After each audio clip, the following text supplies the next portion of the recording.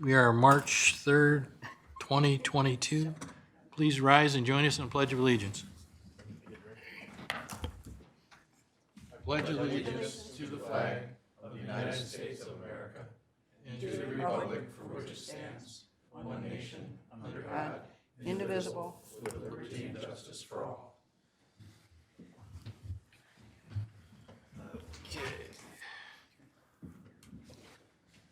In attendance this evening, we have Mr. Johnson, Ms. Coulter, Mr. Hoffman, Mr. Anderson, Mr. Gellings, Mr. Vandersky, Mr. Yancho, Mr. Bush. Our, I don't know what your official title is, Jeremy. Planning and Zoning Administrator. Planning and Zoning Administrator, Mr. Jeremy Smith, and from our planning consultant, we have Ms. Jill Boehm. And I'm sorry, what's your last? That's right. All right. I guess first item on our agenda is approval of this evening's agenda. Any changes? None.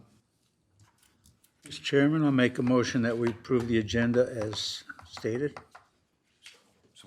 Motion by Mr. Bandersky to approve the agenda as presented, support by Mr. Bush. Any other discussion? If not, vote is in order. All those in favor, signal by saying aye. Aye. Those opposed? Motion passes 8-0. Next item is approval of the minutes of February 3rd, 2022. Mr. Chairman, just so everybody's aware, there's updated minutes in front of you on the dais. There's a couple small little items that were modified since the packets went out. Do you have those? Okay, Do you have the updated one? I have a copy. if you need it. yes, This is the one. that's the one. Yep, that's the one stapled together there. There you go.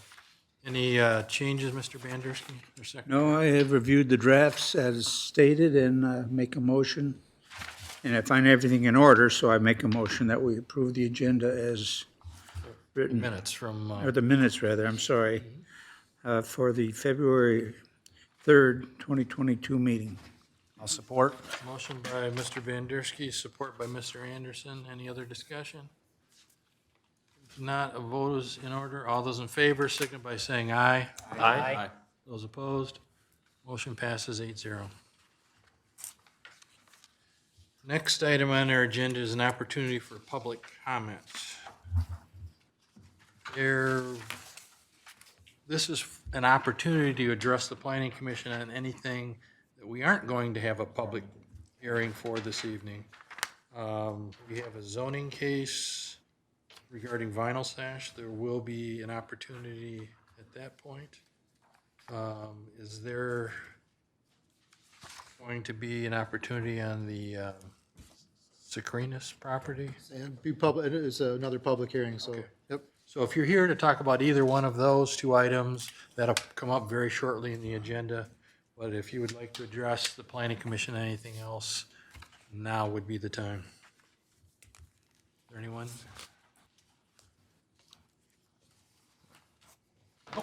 Seeing? Which agenda item, sirs? There's two agenda items. There's a Sam Secrenas that's making an application for a zoning change. And also Vinyl Sash over on Fenton Road is making an application for a rezoning. So there'll be public hearings for those two items. I suppose we'll wait for comment. Okay. Anyone else? All right, we'll close the public comment section, bring it back up to the planning commission. Correspondence, we had a planning and zoning news in our packet. Anyone have anything else? Not. Next item on our agenda is old business. Is there someone here, or is this yours, Jeremy? There are no representatives from the Secrenas camp, so I will, I'll make. Or do we want to, or do you expect maybe somebody's going to be here? Do we want to move to the? Maria called them and I was assuming they were gonna be here, but, We want to skip old business and go to new and then go back? and if you like, That might make some sense, at least give them an opportunity to see if they might be running late for some reason. So we will we'll skip old business, go to new business, zoning case 672, Vinyl Sash, Harding Drive off of Fenton Road. There's someone here that's going to make a presentation on that? Yes, sir.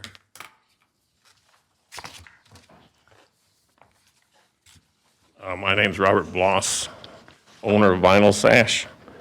And what we're wanting to do is to, Excuse me, would you please state your address? my home address, 13550 Winwood Parkway, Fenton, Michigan. Thank you. Yep. Vinyl Sash is on Fenton Road at 5433, and this is a property right behind Vinyl Sash. And what we're wanting to do, because of storage problems, is put addition for warehouse on this property that was purchased right behind the property there.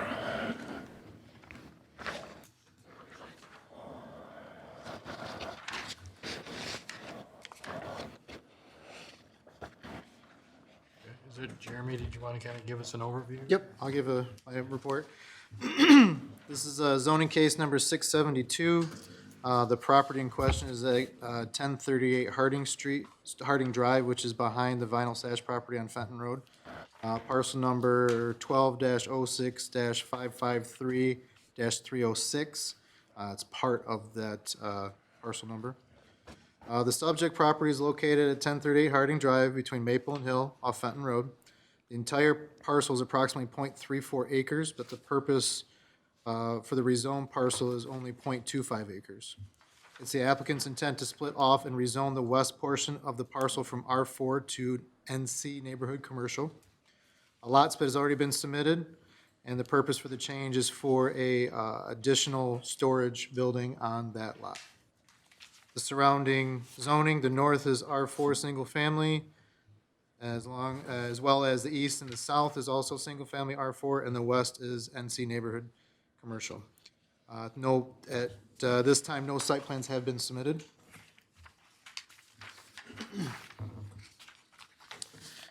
Considerations for the rezoning. Letter A, consistency with the goals and policies of the future land use map. The Planning Commission and Township Board adopted the 2021 future land use map and master plan in September of 2021. This request is consistent with the newly adopted master plan and future land use map. Compatibility with the physical site. There appears to be no conflict between the proposed development and the physical condition of the site. Evidence that the applicant gets a return on investment, and it's incumbent on the applicant to provide this information. Compatibility of all potential uses allowed in the proposed zoning.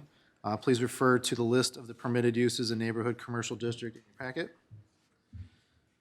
Letter E, capacity of township utilities and services.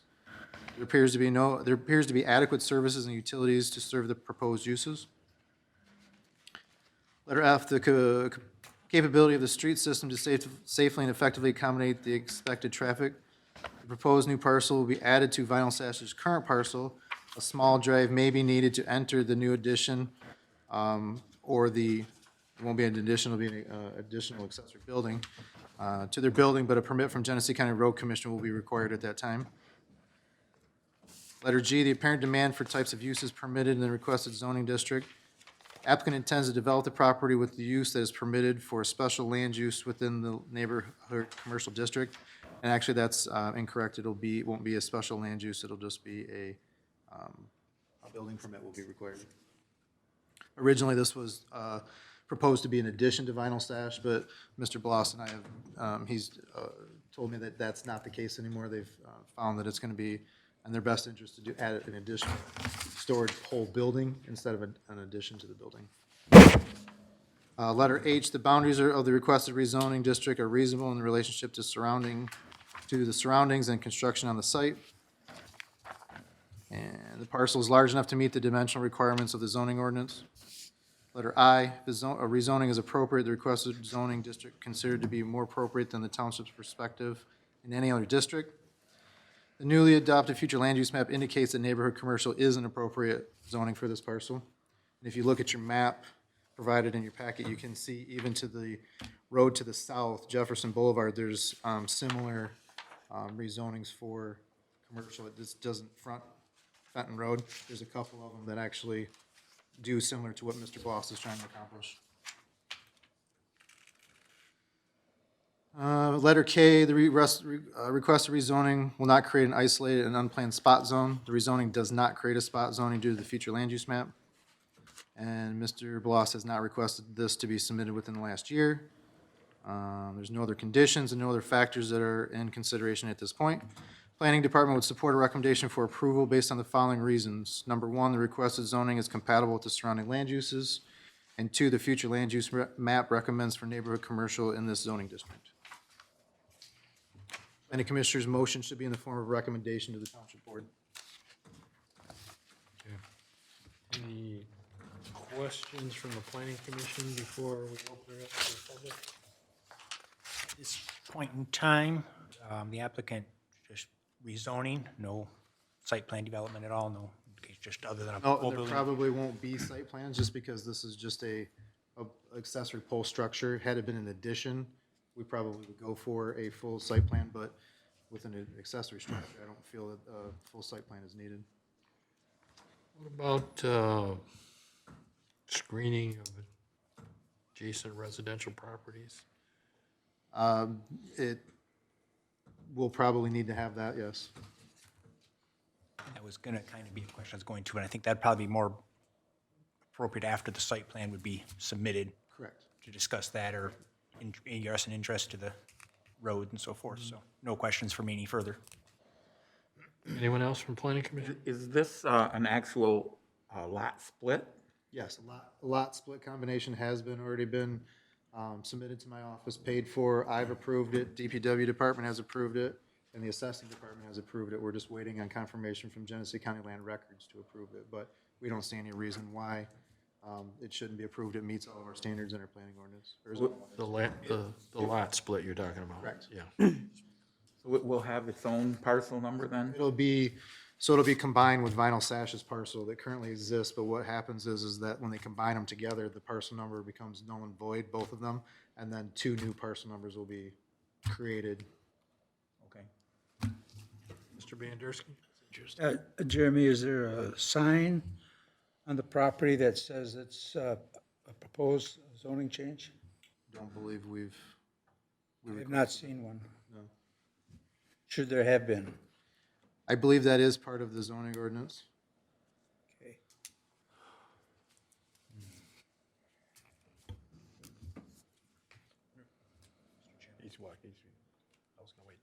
Mr. Hoffman? Well, thank you, Mr. Chairman. Nice to see you. So the split, apparently there's a house on there now, Correct. and is the house staying and splitting off, and then the front of it, it would be this new pole barn? Correct. How much, I guess, I mean, how many feet are gonna be between the house and the new addition to this property, do you know? From my records, the barn will be at least 19 feet from the lot line, and then there'll be probably another, 30 to 40 feet from the From existing the house, garage. it's actually farther than that. The lot for the house is 90 feet. The lot for the, on the other is 110 feet. So you're basically gonna be 30 feet plus from where the house is. There is a garage setting there also, that's right next to the house. So really, the only one that it would change for a neighbor would be 1027? Can you tell me what the zero is for, or that's on somebody else's? It's a separate parcel, so when I did this map, it was done by addresses, so if there's a zero on it, it's a vacant piece of property with no address. And there is the house on 1027. Correct. Okay, great, thank you. I have a question of the applicant. Have you talked to the owner of the home there on Harding Street about, and if so, what's, I own the house, it's, oh, okay. that lot was split, and when I bought the whole thing, and I own the house there. There's renters in there right now, so Okay. they're not gonna complain.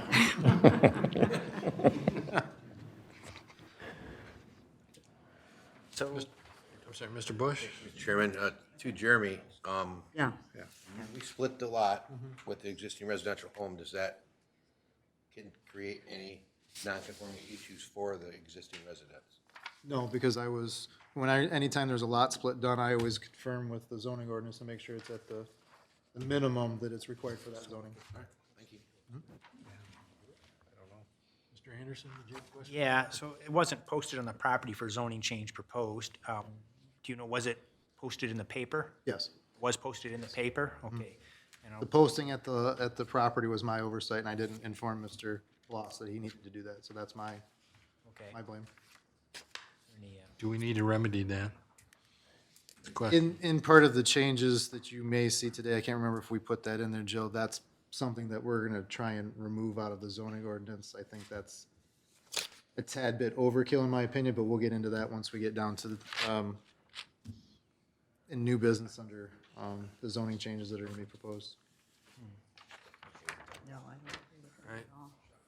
I guess you can have a seat, and then we'll open this up to the public, if anyone would like to speak regarding this rezoning request from the public. You have your name and address at the podium there. My name is Sally Lundy. I live at 1047 Harding Drive, which is kitty corner from the property that they're wanting to rezone. My concern is, and I submitted some pictures, and you have them. Yes, is the amount of trash that is around the current building right now. And you can see they blocked it with a fence, but not real good because you can see right through the fence. The next is their dumpster. And then the last one is beside the dumpster. My concern is if the property they have now is not kept clean, what is the new property gonna look like? Because if I stand on my porch in kitty corner, I can see all this. The other thing is that lot floods every time we have a heavy rain. Are you referring to the lot that they're requesting? to be- Yes, yes. My thing is, how's that gonna be fixed? Are they just gonna fill dirt in and build it up so that then it drains to the other side of the road, which is my house, and down a little, because my house is, every time a heavy rain, I have like 18 inches of water surrounding my house. It's like a house it's like an island, but not a very nice one. And then my thing is, if it's zone commercial or residential, whatever the politically correct is, what's that gonna do to the resale value of my house? So I contacted a realtor and asked them, and they said it would probably make my resale value go down because it's residential, and right now, everybody wants gorgeous views around their house and everything. So he said you could probably plan on losing anywhere between $10,000 to $15,000 to the value of your house if you go to resale, which is a concern to me because my husband is retiring in 5 years, and so that's a possibility to me. And as far as they say the road can take it, the semis that go up and down my street right now is astronomical. And since there's no other business, it's coming from Vinyl Sash, the deliveries, and they don't drive slow. It's like Indy 500 between the semis and the FedEx and the UPS. That road is eventually going to break down. Well, then who's going to repair it? The homeowners on the street, the township, or Vinyl Sash? And then when they do get deliveries right now, they block the entrance to our street. Yesterday, I put a piece of mail in my mailbox, and a semi had raced down the street and was headed right for Vinyl Sash. I stood at the end of my street for 10 minutes, and they had our street blocked. You could not enter the street from Fenton Road. And finally, I said, you know what, this guy don't know what he's doing. I'm cold, I'm going back in my house. So I really don't know how long, but I know I stood there 10 minutes. How long after that before he kind of figured out how to get that semi in there? So is that gonna be, is now gonna get closer to my house with these semis backing and pulling on people's property and wiggling and things, and so that's the concerns I have. Thank you. Anyone else who'd like to address the planning commission on this one? You'd like an opportunity to, I'm not sure what truck is there. We get very few trucks in on that side of the building. There is another business across the street there. We do get a glass truck in there once a week or once every 10 days. So I'm not sure what that is. As far as driving up and down the road, these trucks don't go up and down that road for our concern. I don't know what they're going down there for. I don't pay any attention to that part of it, but The vehicles make deliveries to your business, are they, I do have a semi that comes in on that side with the glass, yes. But everything else is taken in on the other side of the building. And also, when we get this new building done, we're going to change that whole thing around so that they can get in there easier and they can get off the road as far as backing into there. It's awful tight. That building's been that way for 100 years. And everything that we did was to the other side of the building as far as setting it up for deliveries and stuff. But we do get one truck in on that side there. And the dirtiness of that, of course, winter's a big factor with that. But also, when we get this new building, we'll be able to put most of our stuff inside. That's part of the problem that you have in this business anymore, is you used to do a job and you'd go that day or that week and purchase the stuff and go do the job. Nowadays, you can't get product. You got to order it 6 months ahead of time in some cases. So it's just hard with the size of that building that I have to store everything on the inside of it. And that's where the addition or the new building's going to help that part of it out as far as getting stuff out of there. And we clean that up pretty good around that dumpster. But with the way the weather's been, the coldness and stuff, for a couple of months, it's been a little tough to take care of that. But we do keep it fairly clean around that part of it. With the new building, you're pondering a docking area, something for the trucks to get in, back up and off the road. Basically, what we're going to do is have just an area, we're going to have an overhead door and where we can back in. In fact, I have a picture of the one that's next door there. And this is the idea that we wanted to go to, which has concrete to the front building.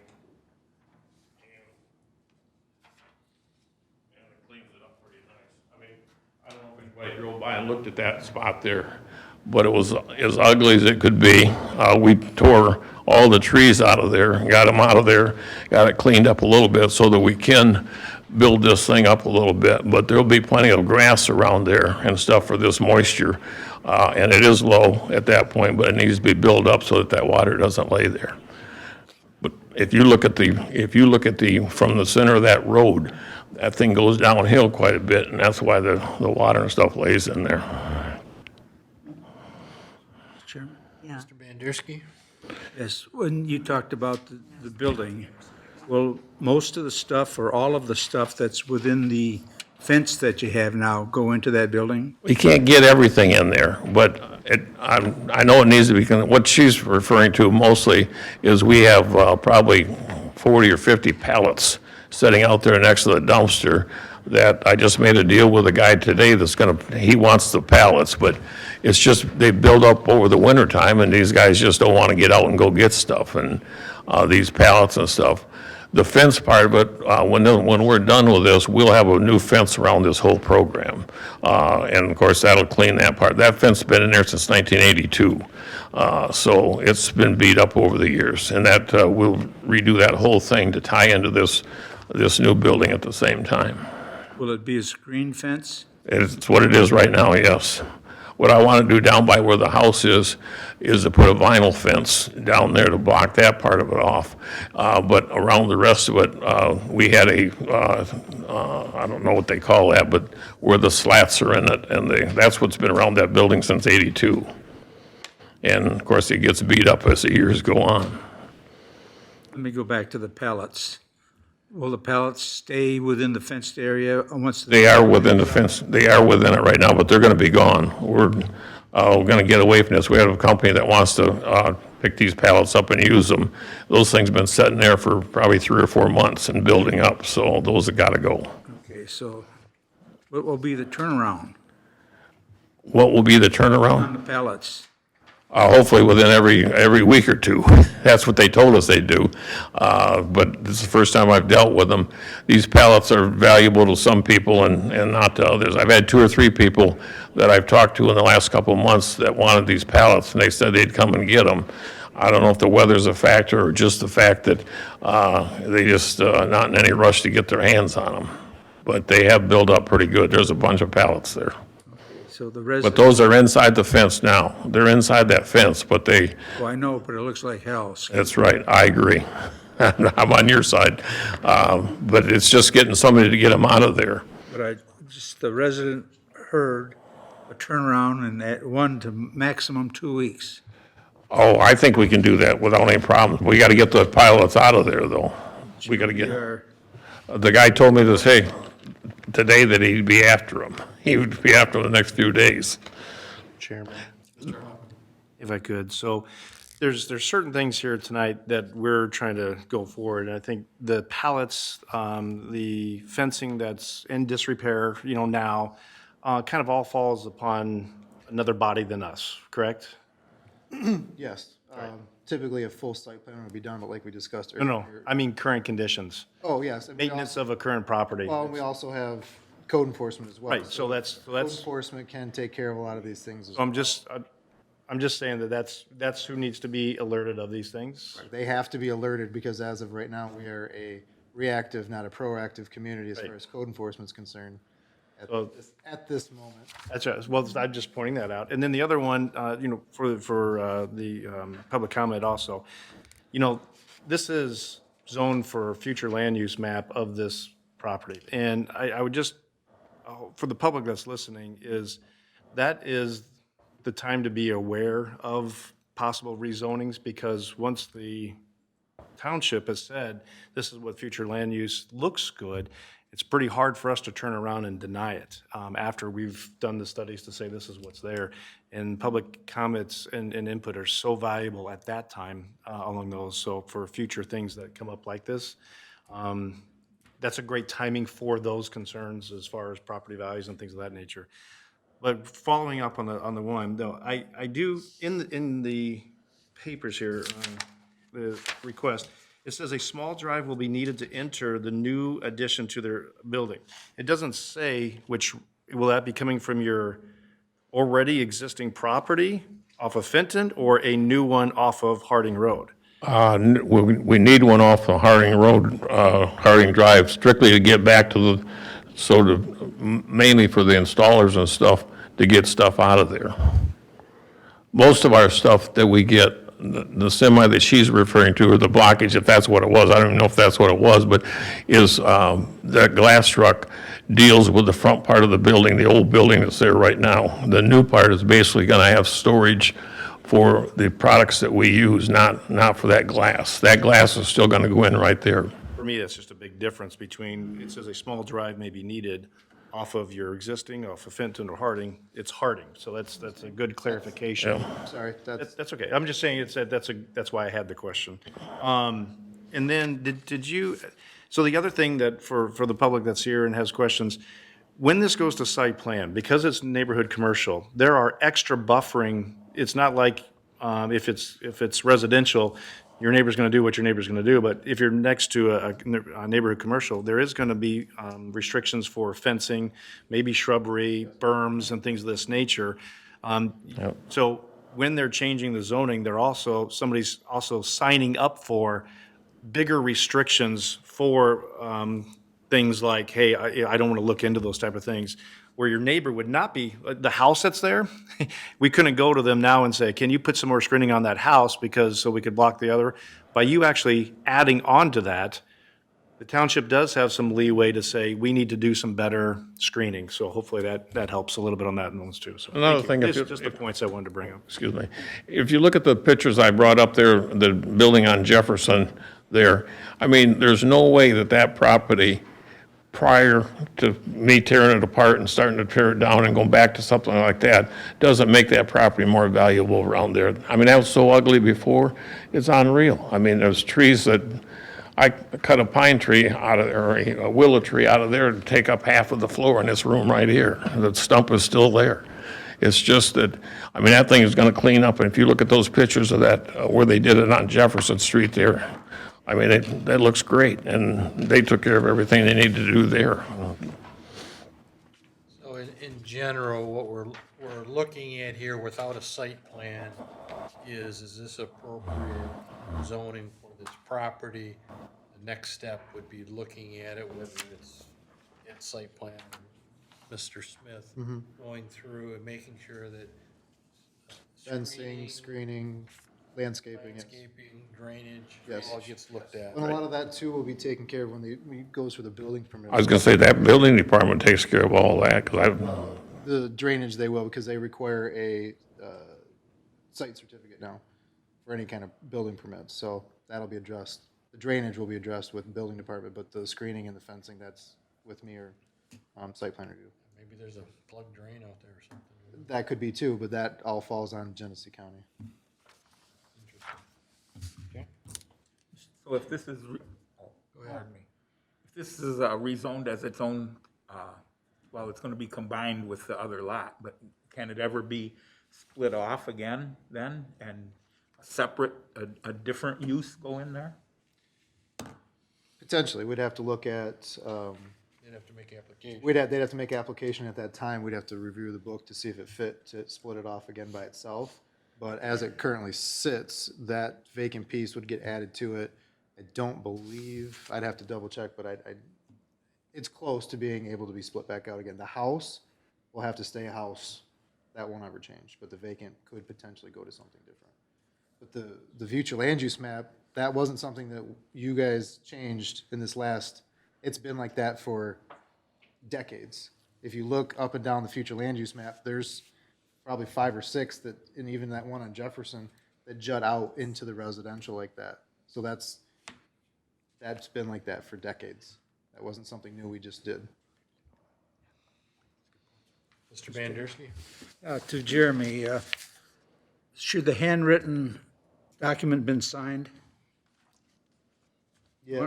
The one I look at, it has no signature or address and, okay. Thank you. Anything else? I guess we probably should officially close the public hearing portion of this. Oh, okay. And then we'll close it after you. You said that if it's zoned commercial, they have stricter rules. I don't know if that's exactly the proper way you said it, but my thing is, you said there's also another department that can enforce them rules. But I don't know if you know, but the code department here, they don't do it. Because I'm probably the most hated person in our neighborhood because I put over $10,000 in my yard in the last 5 years. And I got so much junk around my yard, neighbors, and a code enforcer, all they do is come out and tell you how to hide it, because my neighbor told me. I've even gone to Scott Bennett on this, and it's gotten nowhere.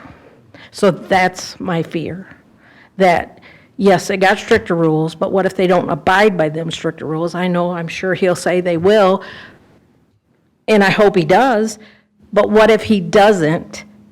Then who do we go to when even the township supervisor will not do anything about it? Call me personally and I'll take care of it. That might not have been a good thing to say, but I will remember. I'll give you my business card. You can Okay. call me. As it stands right now, I don't have control of the code enforcement department, but very soon, we're already in talks of me taking it over. Okay. And I did that and supervised that at Davison Township, my previous employer. Don't Okay, worry, code okay. enforcement will get rectified soon. Okay, thank you. Your job just got a lot more burdensome. That's what I signed up for. All right. So I guess my concern is just make sure if this does get approved, or, yeah, when I say approved, it's not getting approved here. We'd be making a recommendation to the township board for approving the rezoning, but that the next step with the site plan approval, we definitely got to follow that, make sure. Yes. Mr. Bush? Thank you, sir. I wanted to follow up on what you just said about the site plan and ask my fellow commissioners. We've heard enough concerns, I think, tonight. Do we want to see a site plan opposed to just doing it administratively? mean, I just want to hear everybody else's flavor. There's a few concerns out there. My 2 cents is, I would like, yeah, I mean, not to stop the vote or, the recommendation tonight, but going forward, yeah, I think I would like to see it. I would support that. Who would you like to I'm in see it? favor Would as you like to well. see it come to this, to your full board here, or No. would you like to go to site plan review committee? Oh, I'm sorry. I want to see it. But it can go to the site plan. I would suggest just the site plan committee. I'd like a vote on that, please, if Okay. not everybody knows where they want to see it at. I will just say that I personally trust the site plan committee review, and those who want to see it can go to it, correct? It's a three-person committee, but if it's an open meeting, so anybody can come to the meeting. So she could come as well, right? Yes, it's an open meeting. So you wanted to vote on whether, or what If you people wanted should, to see, if everybody Full here board wanted or to see it, committee? full board or site plan review We'll committee. get it in our packet anyway. We might not vote on it, but we'll see it in our packet. That's true. So you'll see it, but at see that, it. but I at just that wanna see point, it. all the voting will be done though. So I mean, all the decisions will be done. So you'll see it, but there's nothing you'll be able to do about it. So It doesn't come into your packet. it'll come into everybody's packet as a report, but at that point, it'll already be done and over with and already decided. Site plan. Wouldn't we see it same time as the site plan review sees it? Send it to us? Yeah, I can do that. We haven't been getting reports from written reports from the site plan review committee if it's something that was just, resolved at the site plan level. At the end of our agenda, we always have kind of a verbal. Since I've report. been here, we've only had one, and I've been here almost a year, so that's why there hasn't been any. Most everything is, No, I mean, even in the past, we've never gotten formal written reports from the site plan review committee if it was just something that, didn't go beyond the site plan review committee, right? Am I right? Right? I think so. So I guess maybe just, I don't know, we need a formal vote, but that's what's everybody's, I've heard from this half, what, My consensus plan- is but, I'm going to trust the site plan committee to do their job. Right, fine, yep, perfect. that works for me. The only one I have, and this is going to the township board after this, is I'm concerned in getting some clarity from them about the not being posted on the property. I'd like to hear maybe Mr. Laddie's opinion on that. I know what went out to the residents and it was posted in the paper. I don't think being posted on the property is a requirement, but I'm also not a lawyer, so, It's not, it's part of the zoning ordinance. okay. So Yeah. so it's part of our township. Legality wise, it's not required as part of the notification process, no. Okay. Mr. Bush. It is in the zoning ordinance that it has to be posted, I think it's a week prior to this meeting. Now, I've been on this planning commission for a while, and I was on it before on the board, and I have never seen a zoning case that had a sign on it, ever. Yeah. So, after the fact, I've seen it, but not prior to. So I'm not saying there hasn't been, but for the most part, I think it's worth bringing up from a legal standpoint with Mr. Lang. Even going forward, I'd like some clarity on that. For example, just down the street there, by the cabinet shop, that parcel's between the current auto shop and the plant, that's posted right now. Okay, that's my only question. I'm comfortable going forward with that then. Are you talking about the proposed zoning change sign? Well, there's one on McCandless Road. there's some now, I didn't say there's none. I said, but in the past, I haven't really seen No, I've seen them in the past, particularly on larger Sporadic. vacant parcels, the big ones, yeah. no. All right, I wanted to follow up on one thing. I don't think we officially closed the public hearing, so, Motion to close that? no. I'm closing the public hearing. Okay. Continue the discussion here at the planning commission.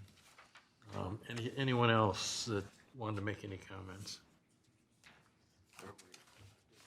I didn't mean to shut anybody down. No, I was finished, so I'm good. All right, so I'm hearing concern about making sure that things are addressed at the site plan level so that we address drainage and screening and traffic circulation, all those kind of things at site plan. So this, because this is not, rezoning is not tied to a site plan, It's just a recommendation to the township board, whether you think this is appropriate or not. Mr. Hoffman. Make a motion to recommend to the township board rezoning case ZC 672 with noted concerns that we have. Support. So a motion by Mr. Hoffman to recommend approval of the rezoning to the township board, support by Mr. Bandersky. Any other discussion? This a vote would be in order then? All those in favor signal by saying aye. Aye. Those opposed? Motion passes 8-0. We will have a site plan and you'll have an opportunity to comment.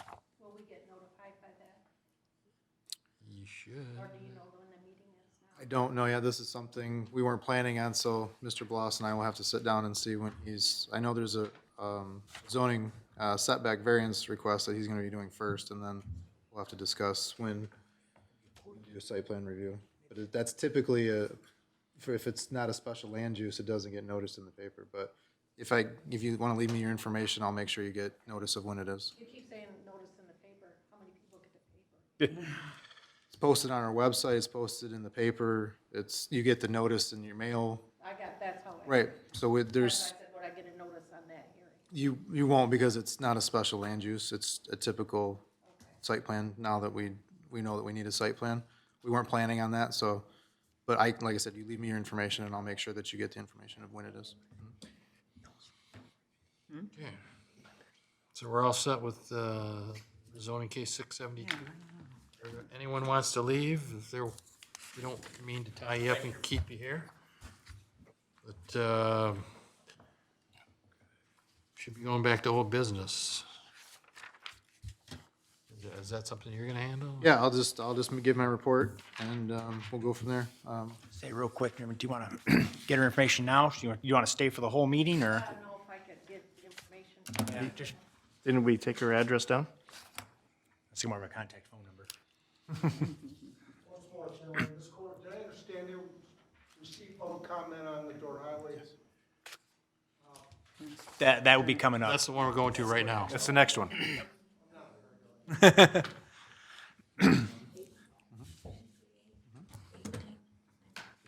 just wanted to- Thank you, Sally.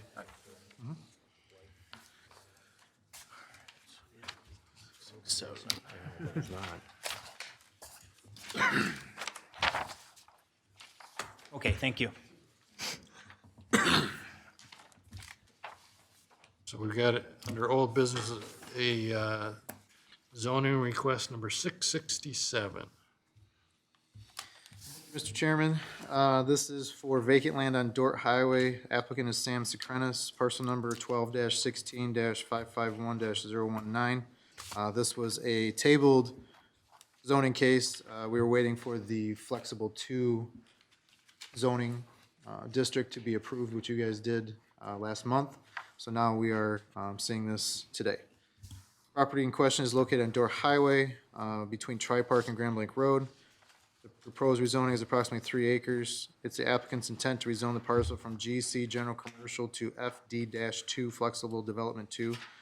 The purpose of the change is to allow for a higher type use business not permitted in the GC district. The surrounding parcels, the north and the south are general commercial. The east is residential single family and the west is neighborhood commercial. No site plans have been submitted at this time. Conditions for consideration, the consistency and goals and policies of the future land use map. The Planning Commission Township Board adopted the 2021 master plan and the future land use map. This request is consistent with both of those. Compatibility with the site, appears to be no conflict between the proposed development and the physical condition of the site. The letter C, evidence of reasonable return. It's incumbent on the applicant to provide this information. D, the compatibility with potential uses allowed in the district. This F, the new flexible development 2 zoning category will include commercial and light industrial uses. Letter E, capacity for township utilities. There appears to be adequate services and utilities to serve this proposed use. Letter F, capability of the street system to safely and effectively accommodate expected traffic. This fronts on Dort Highway, which is an all-season road for commercial truck traffic. Dort Highway is a 5-lane wide road with a center turn lane. Letter G, the apparent demand for types of uses permitted. The applicant intends for the rezone parcel for development that requires a higher use than the DC district, is why they are applying for the flexible development 2. Letter H, the boundaries of the requested rezoning district are reasonable in relationship to surroundings and the construction site.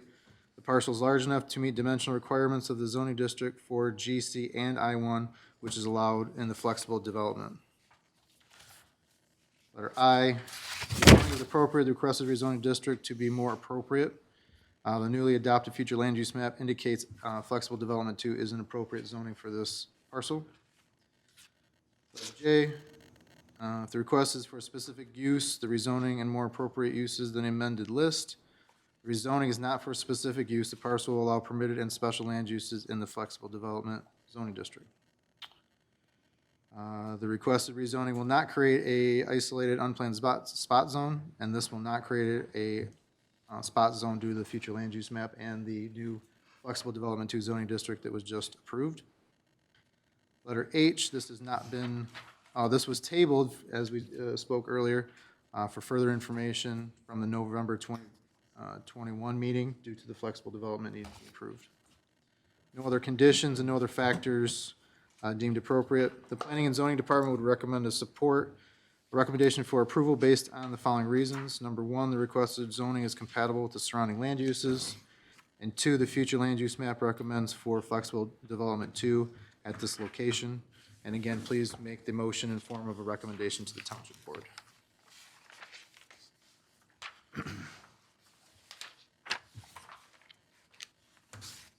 Anything else, Mr. Smith? Planning Commission members have any questions, comments? Mr. Bush? You know, the only question I have, and maybe it's for Jeremy, I don't know if he can answer.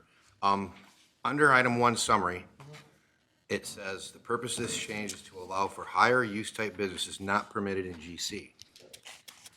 Then you go to J, and it says the rezoning is not for a specific use. So it sounds to me like the owner has a specific use in mind if he's not seeing what he wants in the GC, and he's seeing what he wants in the flexible. So I would think, I'm just guessing, but I'm sure there's a certain specific use he's got in mind. And he's not here to answer that question. Well, I mean, there is On a, the application. It is on the application. You go to the handwritten part, petition for change zoning. Look at item number C. Okay? Gives you a hint. Okay, so it says a hint, but then it says it's not. Yeah. So there's some there's- confusion there. There's been since this has been done, I have updated it since the November 21st meeting, but there has been multiple discussions with the applicant of what could and couldn't be done there. And what's on the application probably won't be allowed to be done there, so that's why the report states what it does, because Right. honestly, the applicant has no idea what he's gonna be able to do with the property, if what he really wants to do, so. So this is just, well, two things. It's for future land use that he could Compatible with our potentially use. master plan. Correct. It does. That works. But what his potential, What's on his Uses on here application may is not work. probably not gonna be allowed. Probably not gonna be That allowed. rock crushing, not Right. gonna happen. and that was a question I had that I was gonna go to after. No, he's aware of that. Okay. He's aware that that will not be allowed on that site. Well, then maybe we should table this matter or till we get more clarification. I mean, because if that's what he wants to do and it's not going to work, As a rezoning, though, he doesn't legally have to tell you exactly what Right. he wants It to can do be with the anything. property. It could be anything that's allowed in that district. well, I guess he could come in with some other, I mean, like what Mr. Bush was saying, I mean, if what he wanted to do was another general commercial, then he wouldn't have to keep, he wants to get his zoning changed so he can get light industrial presumably. Yes. I mean, But I suppose he could. essentially, yes, but we don't know what it's gonna be yet. There's been 3 or 4 different things that I've seen in the last couple of months since that November meeting, so honestly, he doesn't know what's gonna go there. He's getting a deal on the property and he may put his business there. At what capacity his business is gonna be there is gonna be determined by the zoning district there. I kind of just brought it up because I thought there was a little conflict. I think it's a good use for the property myself. It's been sitting vacant for a long time. It's in a corridor with industrial as it is, so personally think it's a good location. It just kind of struck me odd that the wording was a little different. Good point, though. Mr. Bandersky? I have a general question. Should we be reviewing any request when the applicant is not here? I mean, isn't it incumbent upon the applicant to come and, any other questions we have, maybe we don't ask him or her a question, but should they not be here presenting their case? They were here originally at the November meeting. I understand that, and we postponed that because there wasn't sufficient information. Right? So here we sit again, and myself, I just think we shouldn't be doing this without an applicant standing there looking at us in the face. My opinion. All right, thanks for the comment. What I want to do is go to the public. Sir, did you want to address? You are the public. You are the public today. We'll need your name and address for the record. Cohen, I live on Vermillion, Flint, but my property adjacent to the 19 on is Suffolk's 16 property. And I couldn't believe you said that it's in line with industrial application. That setback line is in view of all the property owners and houses on North Embury. Now, I really don't know what the FD2 means, but mixed use, in my mind, suggests an office or retail. But to put any kind of industrial with the sound and the light, has there been an impact study, or does that come later? So part of the master plan, that was all addressed. Jill, I'm assuming that was all addressed for impact and why we moved to the flexible development too in that area. So that was addressed at that point. Notwithstanding the good deal he got on the property, if he goes back 3 acres, that's going to butt up right against the backyard and the front yard of my home, tenants notwithstanding. Excuse me, sir, can you point to which piece Yeah, of which property one is is- yours? We just want to understand so we know which parcel it is. There's the L road. On 16. Oh, so you're this long. Right behind Elrow. Okay, make sure we're talking about the right property there. Dash 16 property. And, well, Okay. I happen to be a part of those meetings way back when with the Alro, maybe some of you were there. And it was, some of those discussions were about the impact to the adjacent neighborhood. And I came forward and expressed my displeasure at them granting the zoning for the tri-park, but the Alro in specific. But as it turns out, Alro's become good neighbors. But it's because of the site plan and the berm that is there. You've got the earth view, but there's 8 or 10 feet of berm and pines that mitigate the.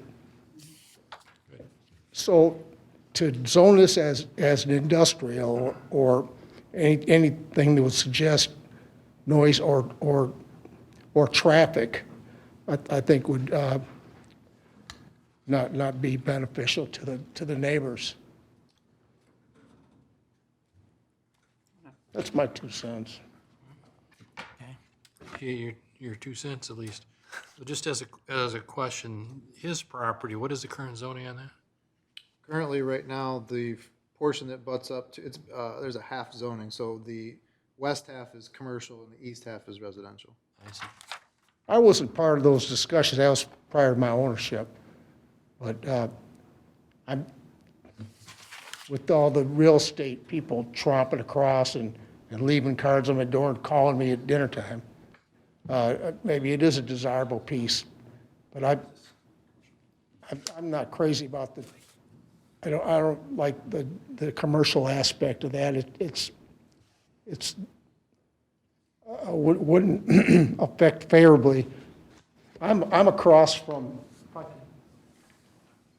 reference your map again, this is me too. Okay, so that's your home, and this is a partial you own.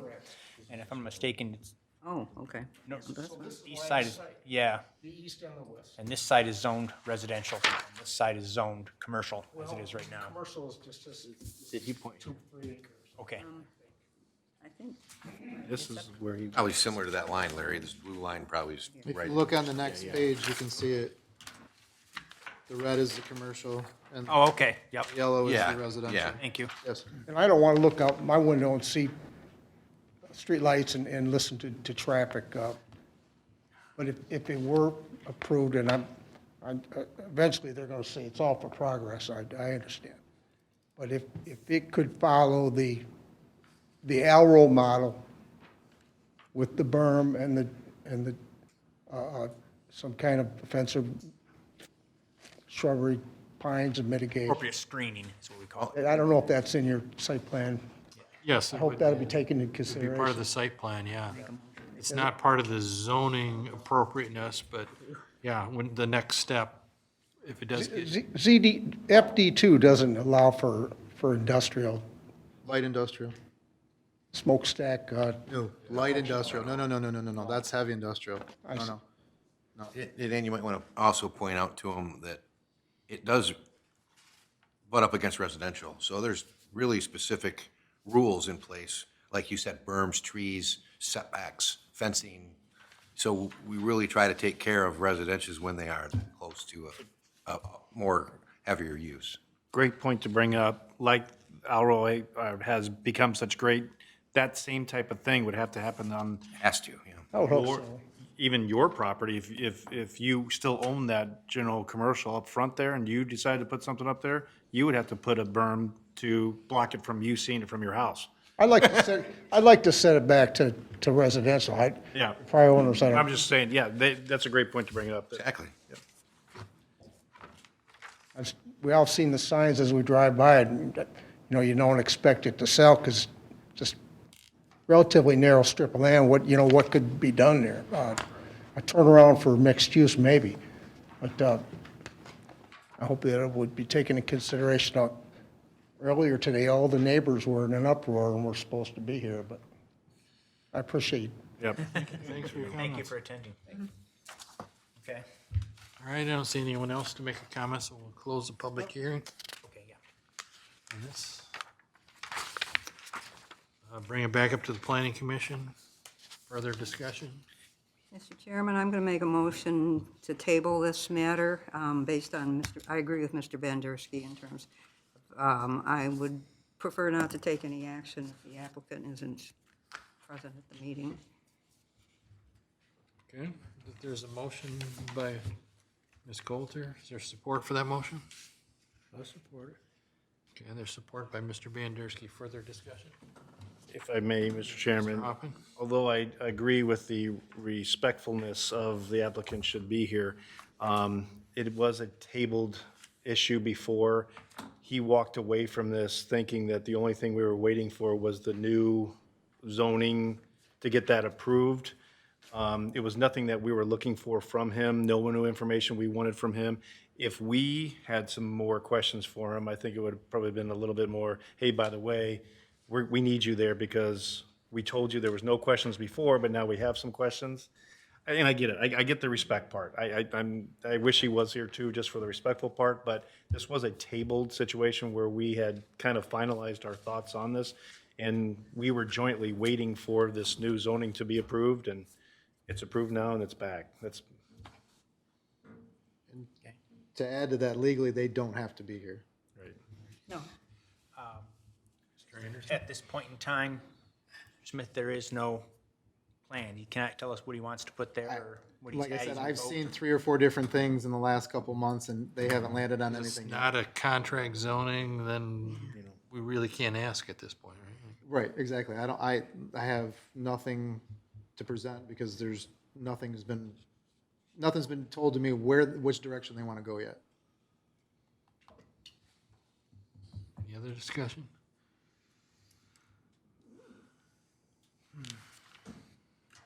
Oh, yes.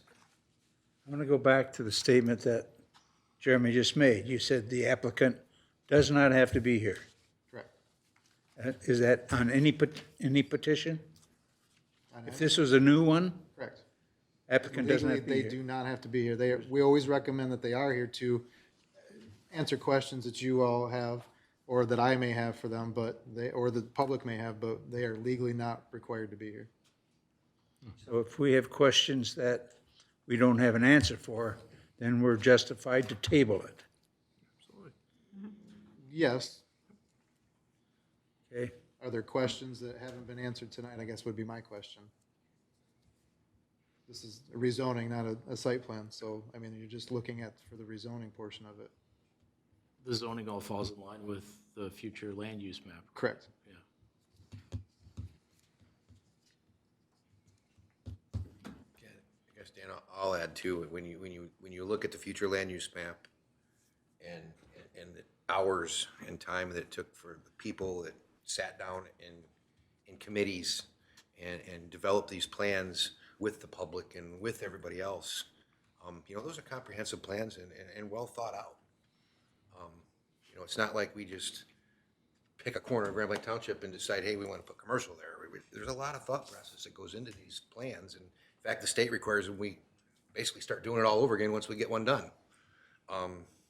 Just so it's always being looked at. So I think we did our good job with our master plan, and it speaks for itself. All right, there's a motion that's been made. I think we need to take action on that. What I'd like to do is a roll call vote. We'll start at my left with Mr. Johnson. And the motion was to table? Yes. No. Ms. Coulter? Yes. Mr. Hoffman? No. Mr. Anderson? No. Mr. Bandersky? Yes. Mr. Yancho is a no.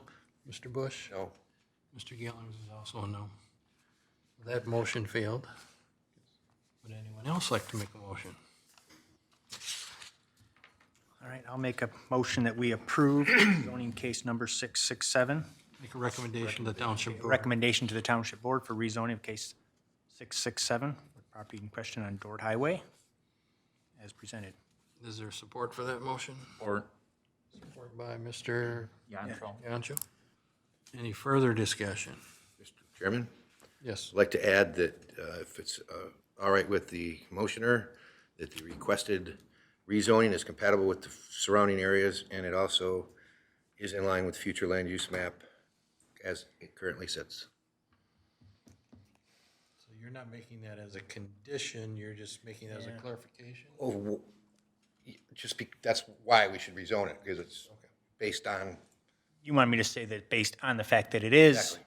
in line Compatible with, okay, I'll make with that, township. that it is in line with the current future land use map. thank you. Mr. Yancho accepts that? Yes. Okay. Just a comment, you might want to let the applicant know that it might be in their vested interest to show up the township board. Yes. I will personally reiterate that to them. Okay. Anyone, everyone ready for a vote on that one? How about we start on the opposite end this time? Yes. Bush, Yes. Mr. Yancho? Yes. Mr. Bandersky? Mr. Anderson? Yes? Mr. Hoffman? Yes. Ms. Coulter? Yes. Yes. Johnson? Mr. Gillings also votes yes. All right. Guess we're done with 667. That takes us to committee reports, is that correct? No, we're at new business item B. We have I missed Nichols it. Webster for text amendments in Oh, I the missed zoning it. ordinance. Sorry about that. We didn't just come just for. Got the karaoke mic out. This is when the fun starts, right? There you go. This is when we're gonna, I hope you're not all zoned out, so. Vince, are you ready for Zone your back in. motion there, Vince? Pardon me? What's that? Yeah. So what you have in front of you, this item, is a memo that Jill and myself put together. It's dated February 24th.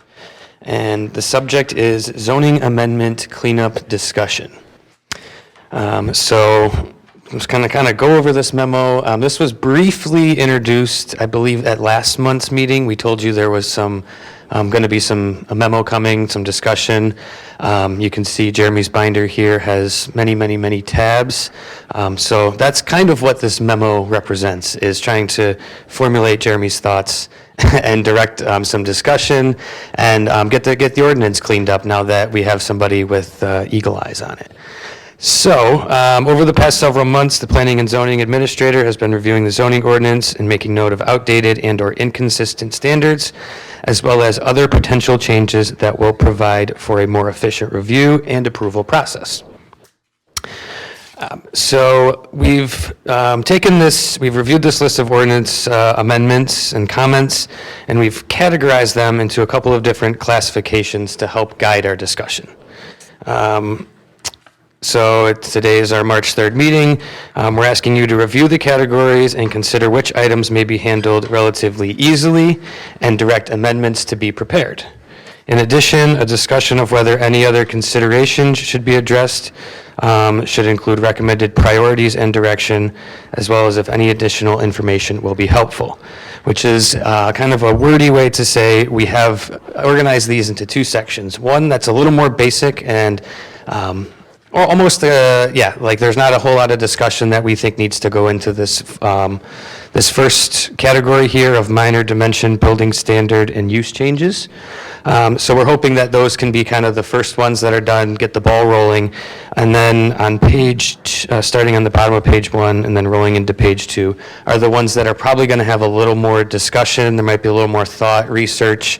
Maybe they're an individual meeting discussion item. So we don't expect all those to be resolved immediately, but we want to get the conversation going and get everyone looking at the ordinance. So looking at the minor dimension, building standard, and use changes, these are changes that we feel can be made fairly easily, and again, do not anticipate a ton of discussion. That doesn't mean there can't be any. We're just trying to organize these. So I don't know that everyone has gone through and necessarily read every single section here, so I'm going to briefly touch on this first section here, and then we'll pause and kind of see how we're feeling. So the first item deals with section 3.6R, which is a footnote to your district standards dealing with mechanical equipment such as blowers, ventilating fans, air conditioning units, and it says they shall be placed no closer than 3 feet to any line in commercial districts and no closer than 12 feet to any lot line in residential districts. And then it shall comply with all setbacks in industrial districts. However, it was brought to our attention that this doesn't prohibit these items from being placed in a front yard. So it was suggested that these mechanical equipment be permitted inside and rear yards and not allowed in front yards. So if anyone, I guess for this part, if anyone has comments that they disagree, might be the easiest way, or just maybe looking for some head nods. Yep, we agree. Cool. Good. You're just saying from the front line of the house forward, nothing. Correct. Yeah, it should be the front of the building line. Yeah. I'll ask a question, and maybe it's for Dan, because the business that we're in.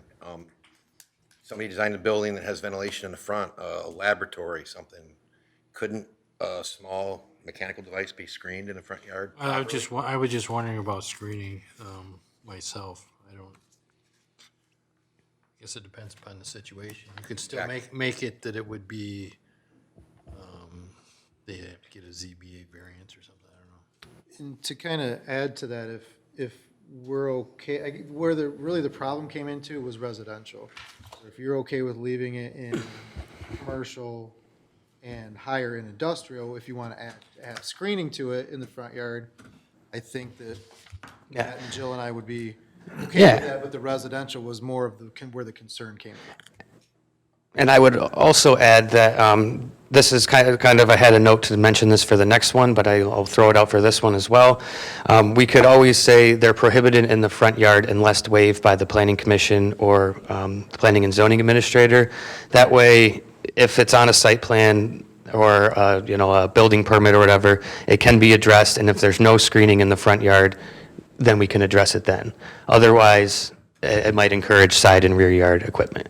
So if that's acceptable, or if there's another idea, Even in residential, I'd still like to see that not allowed in the front yard, just because Gonna say. I'm, this is where that originally started. And I know a lot of the HOAs don't allow it to begin with, and I know here in Grand Blanc, we have a lot of HOAs that don't allow things in the front yard, but I'd like something in here, in our book, at our level, that says that residential can't have anything in the front yard. If we want to make exceptions for commercial, industrial, that's fine with me, because typically they're set back and there's usually not an issue, and they can screen it very easily, more so than a Completely residential. different situation residential. I read this, and residential is what I'm thinking. Yes. Some guy goes to Home Depot and buys his backup generator and puts it outside the front window of his home. That's where, We can't that's stop. how it started. That's exactly how it started. Okay, so yeah, I'm good with that for residential only. great. Just equipment, Jeremy? AC units, any kind of blower fan, and, But wouldn't include sump pump pipes? No. Okay. well, no, not sub pumps, right? It just says mechanical equipment such as blowers, ventilating fans, and air conditioning units. In residential, if you think though, sometimes you have to go out. Exactly. So you have to go. Exactly. I don't consider a sump pump line mechanical. Well, that's why I asked the question, because there's a lot of people in my neighborhood that have sump lines right out the front of their house, and the township installed them. Yeah, and like I said, I don't. But the actual mechanical is inside. Yeah. Could we, I understand could we that. make an exclusion to specifically say some, I don't know the exact wording, but just, Do we need it, or? Might not need it, I'm just, well, that's my thought too, is do we really need it, or do we Yeah. just, mechanical's mechanical, and that's, mechanical, yes, but more along the lines of water and sewer, that really doesn't fall under my purview, that's DPW department, so. I agree that that probably should be handled by DPW because they're going to determine where the proper way is to drain that. Correct.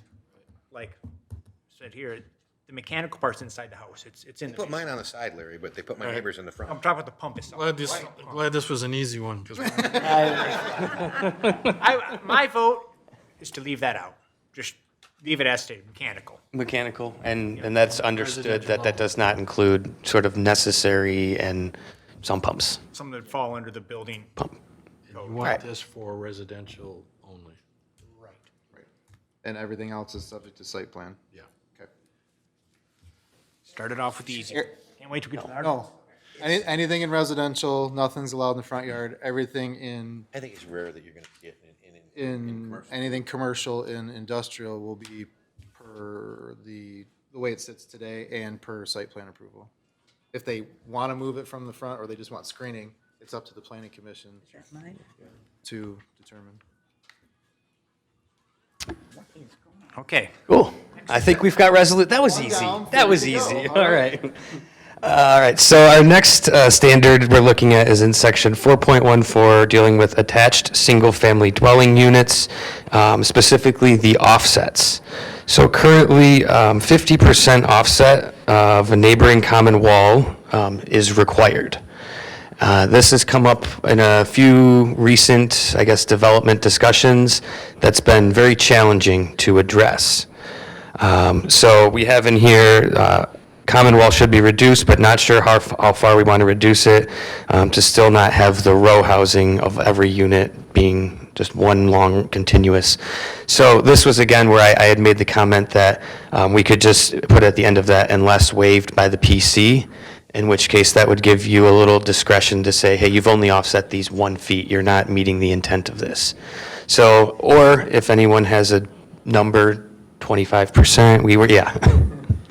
The township has a number that we would kind of like to stake by. We wouldn't want to reduce it more than 15, 20% at a minimum. And also, there could be things in there that we could talk about as far as if there was more architecture to it that would enhance the facade, so you wouldn't really necessarily notice the row housing, that could be, with a percentage change, you could have, if there was a full brick front, you could come down to the 15% from 30, whatever it is. I know that gets a little convoluted and that makes my job a lot harder, or we just say, because the problem is you had the McCandless Road townhouses and you had Redwood. Neither one of those complexes were able to build because of this. They didn't have the ability to do it. So we think 50% is a tad egregious, but if there's a number that you all are comfortable with, the township's really not comfortable less than 20%. That's what I've Say been. 20%, that is 20% of what, the width? The wall. So if, let's say, as it states today, 50%, so let's say the wall is 50 feet, it has to be 25-foot offset from the neighboring unit. 50-foot wide house, this is yours, mine has to Then it sit would have to right- offset. So here's your front door, here's the front of mine, kind of thing. Right now, that's. It might even be easier if we considered it as a number, like a 5-foot variance in the vertical projection of the front facade. I'm gonna stick with the percentage, because the size of the buildings can vary so much. Correct. That number wouldn't look real big at all if it was a smaller home or smaller condo, but if it was a 5,000 square foot condo unit, it's gonna look huge. So I wouldn't say it's percentage.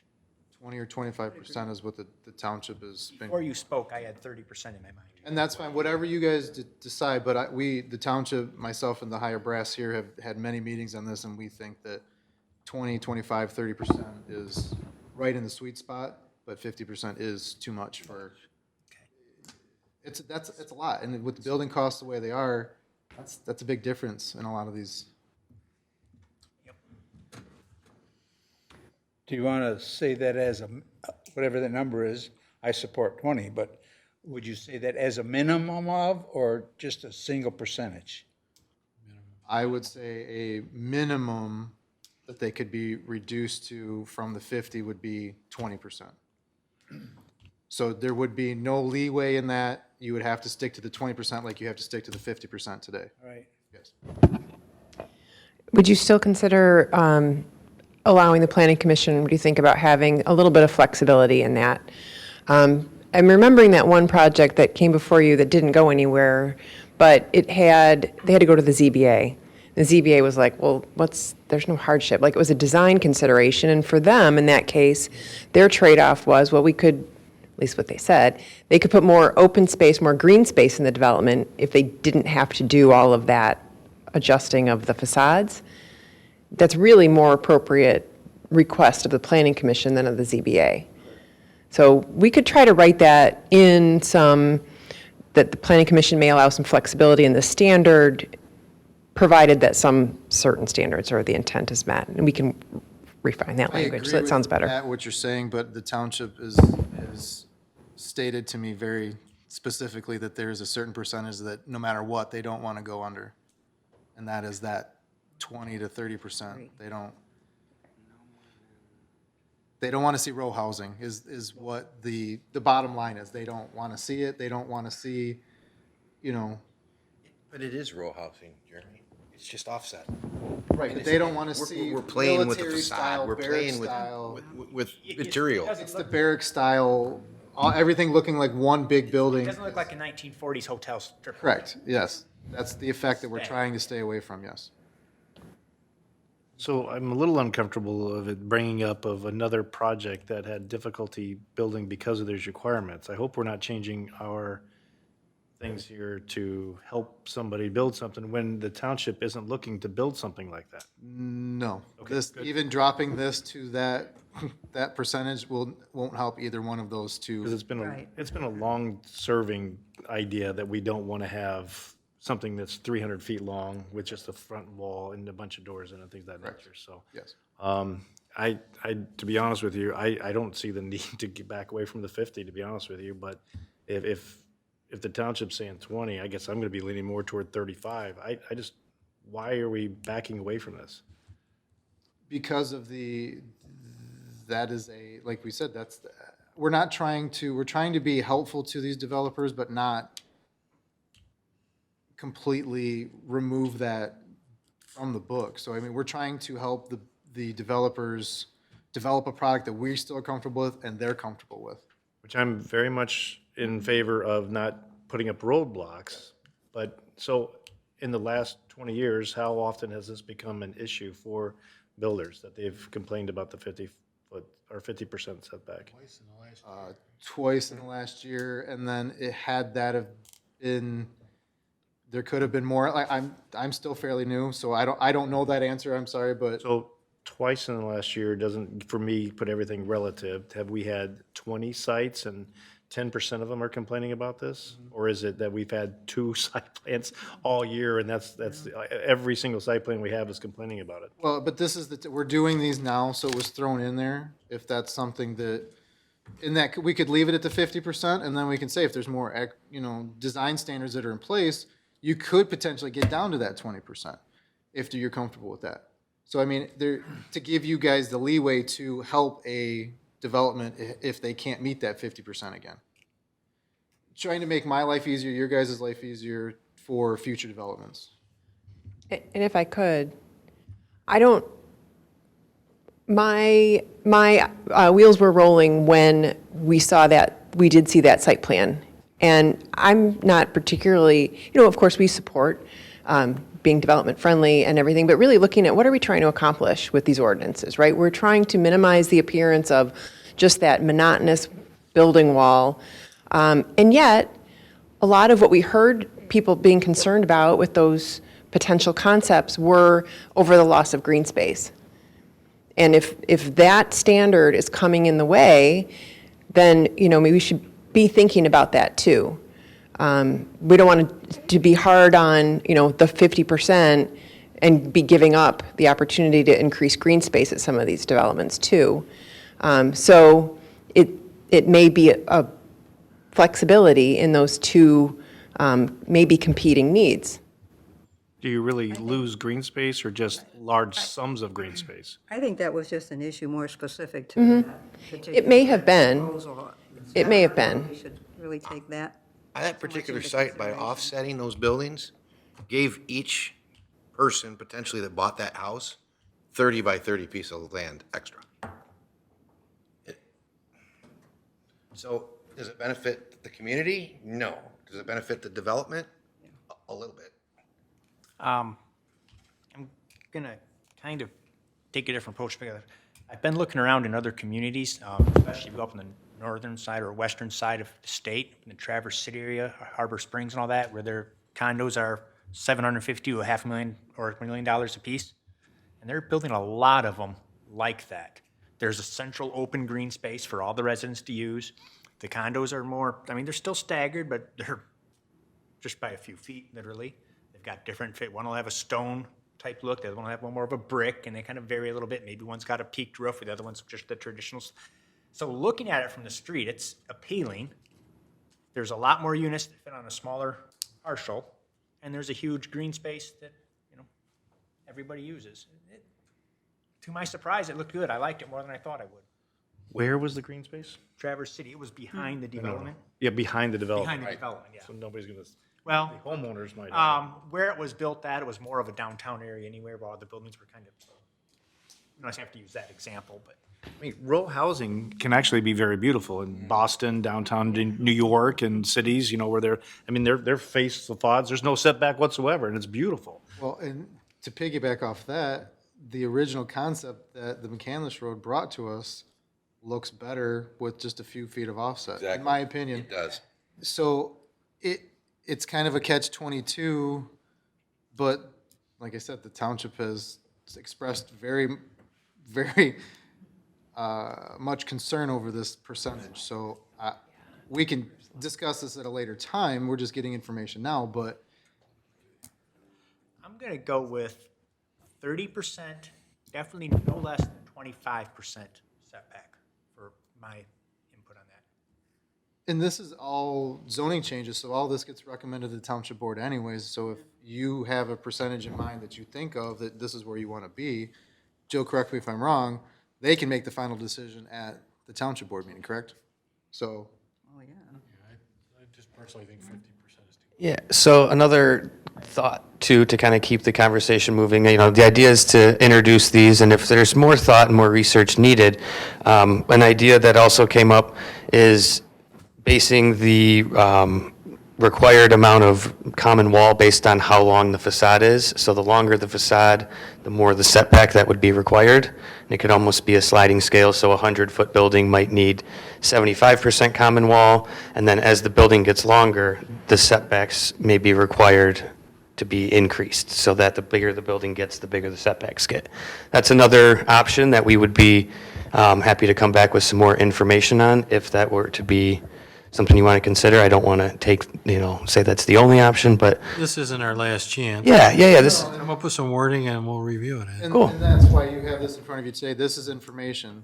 If we decide to make a public hearing for next month for a few of these, all of these, whatever we want to do, and then we can have more discussion on the bigger hot button items going forward. So yeah. we want to make sure that we're continuing these conversations, but we don't have to make all the decisions today. Perfect. Yep, so we can come back with some pictures and some graphics so that you can start to look at what does a 25% setback look like versus a 35, So, I was just going to say, could we get some pictures of different offsets? yeah. And that's a lot better than talking about. Yeah, so that's, yep, absolutely. I think we'll put this one back into the discussion for future. Can I just mention one other thing? Would I agree with, 50, it might be, the other thing that muddies my waters is the idea that on one street would be different than maybe another street. And if I just bring up the city and the township, and I know we have no privy over the city, but the city, it would make much more sense for me to have 0 setback.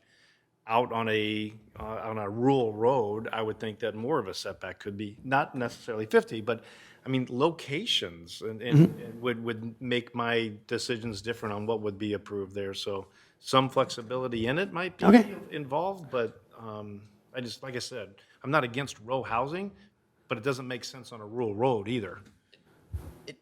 Correct me if I'm wrong, Jeremy, but this is a guideline. So if we put something in it and we want to change it later, don't we have the ability to do that? Correct.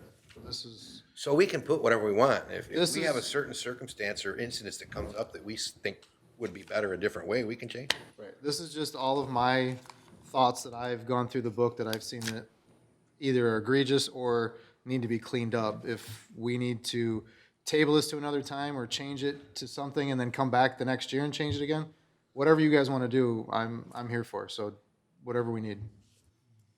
I just wanted to clarify, I mean, if we say, for example, that the minimum offset has to be 25%, that would not preclude a developer from having a larger offset, right? They could have more than 25 if they Yeah. wanted to. The minimum would be Right, 25 if we. agreed okay, I together. just wanted to clarify Yeah. that. Yeah, I'm 25, 30, that makes sense to me.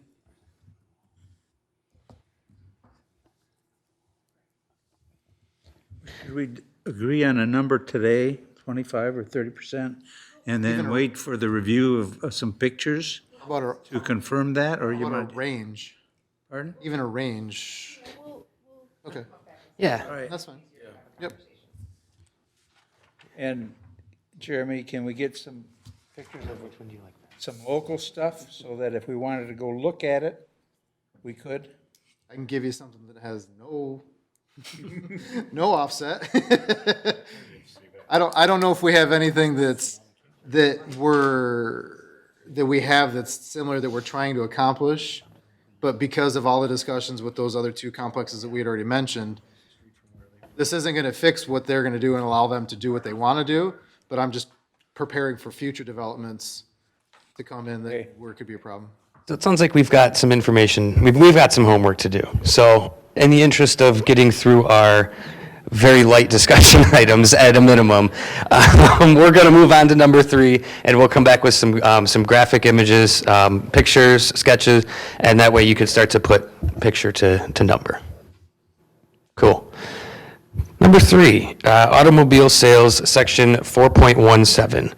So the ordinance currently reads, in the general commercial district, sales of new vehicles are permitted as a special land use as an individual establishment or within an auto sales mall and may include accessory used auto sales, indoor accessory auto service.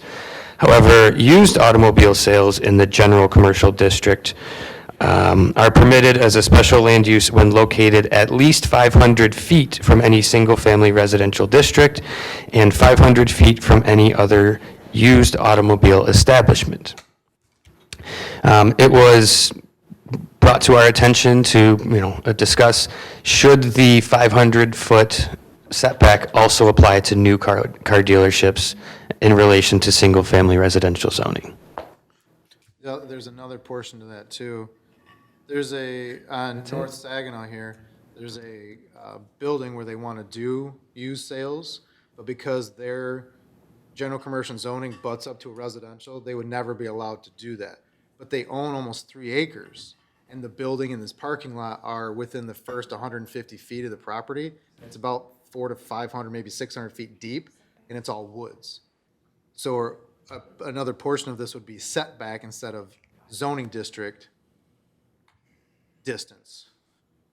So you have setback distance instead of zoning district distance. Another comment, if I can. New cars, new car dealerships. If we wanted to put that 500 feet into that ordinance, we had somebody here last month that's going to move a Toyota dealership onto a lot off Holly Road. That lot is not 500 feet deep, in my opinion. I'm just looking at it. So, we would restrict, if we put that in the new cars, we would restrict that from the new car lot that they want to put on there. And the consensus of why it's different between new car and used car is that from the consensus that I've got from the higher ups here at the township was that new car dealerships typically don't have the same problems as used cars. You have used cars, you could have mom and pop shops that come in and out. Typically, if you have a new car dealership like the Elsteras and the Hank Graffs and the Waldrons of the world, they don't have the issues because they have new cars. They want to keep them nice and shiny and pretty. The used cars bring in, God knows what they're going to bring in, and they're going to try and sell it. So They also keep their buildings nicer. the new car dealerships, correct. And they're also bound by their manufacturers to keep up with changing times and changing facades every few years, so.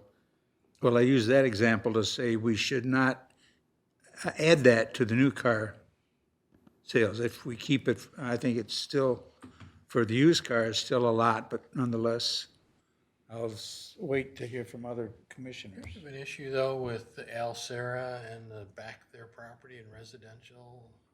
Wasn't there an issue with maintaining a distance, wasn't there?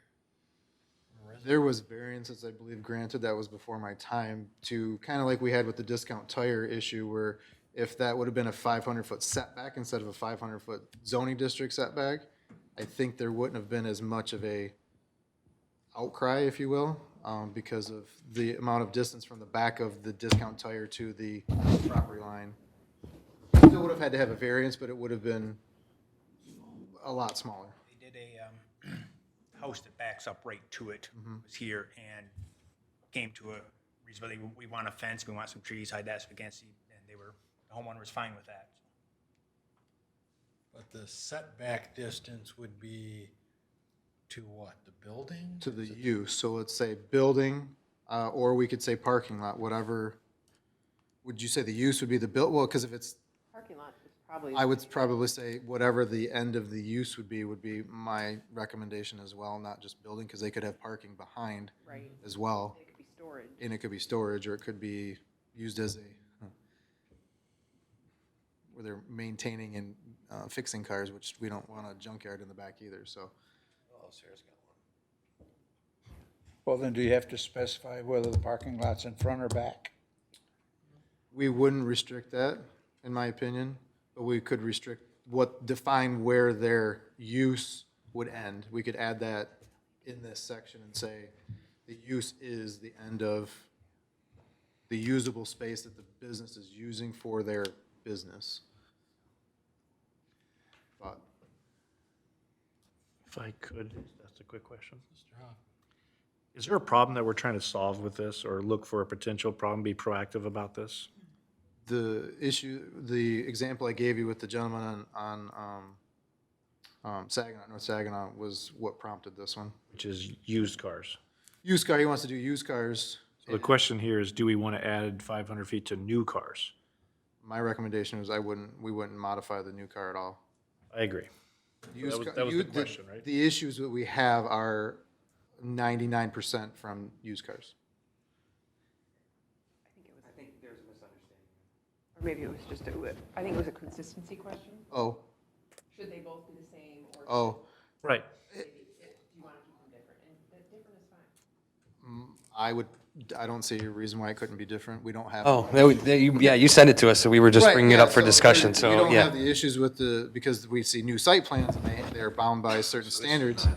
Great. Well, but the used car still is an issue. Over the used. So really, the used car is the issue. We measure to the district boundary, or to the edge of the property, or to the building on the subject property. Right. Currently, it's to the edge of the property.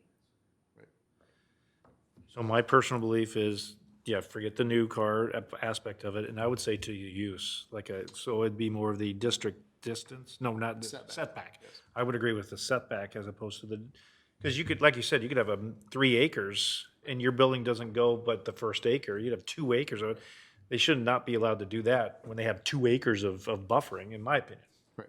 And all of like this it would be still subject to site plan approval as well. So if there was an issue where you wanted to see more screening or tree fencing and things of that nature, if you had the setback, you could add those conditions in there to Do we- alleviate any issues. I'm sorry, do we want to consider, kind of like what you were saying earlier, the use area, like the display of used cars be a 300-foot setback? I mean, it's not really a building that's probably the issue, it's probably more of like the actual display area and the storage of the vehicles. You could have parking behind though, too, Yeah. that maybe you're not actually displaying them.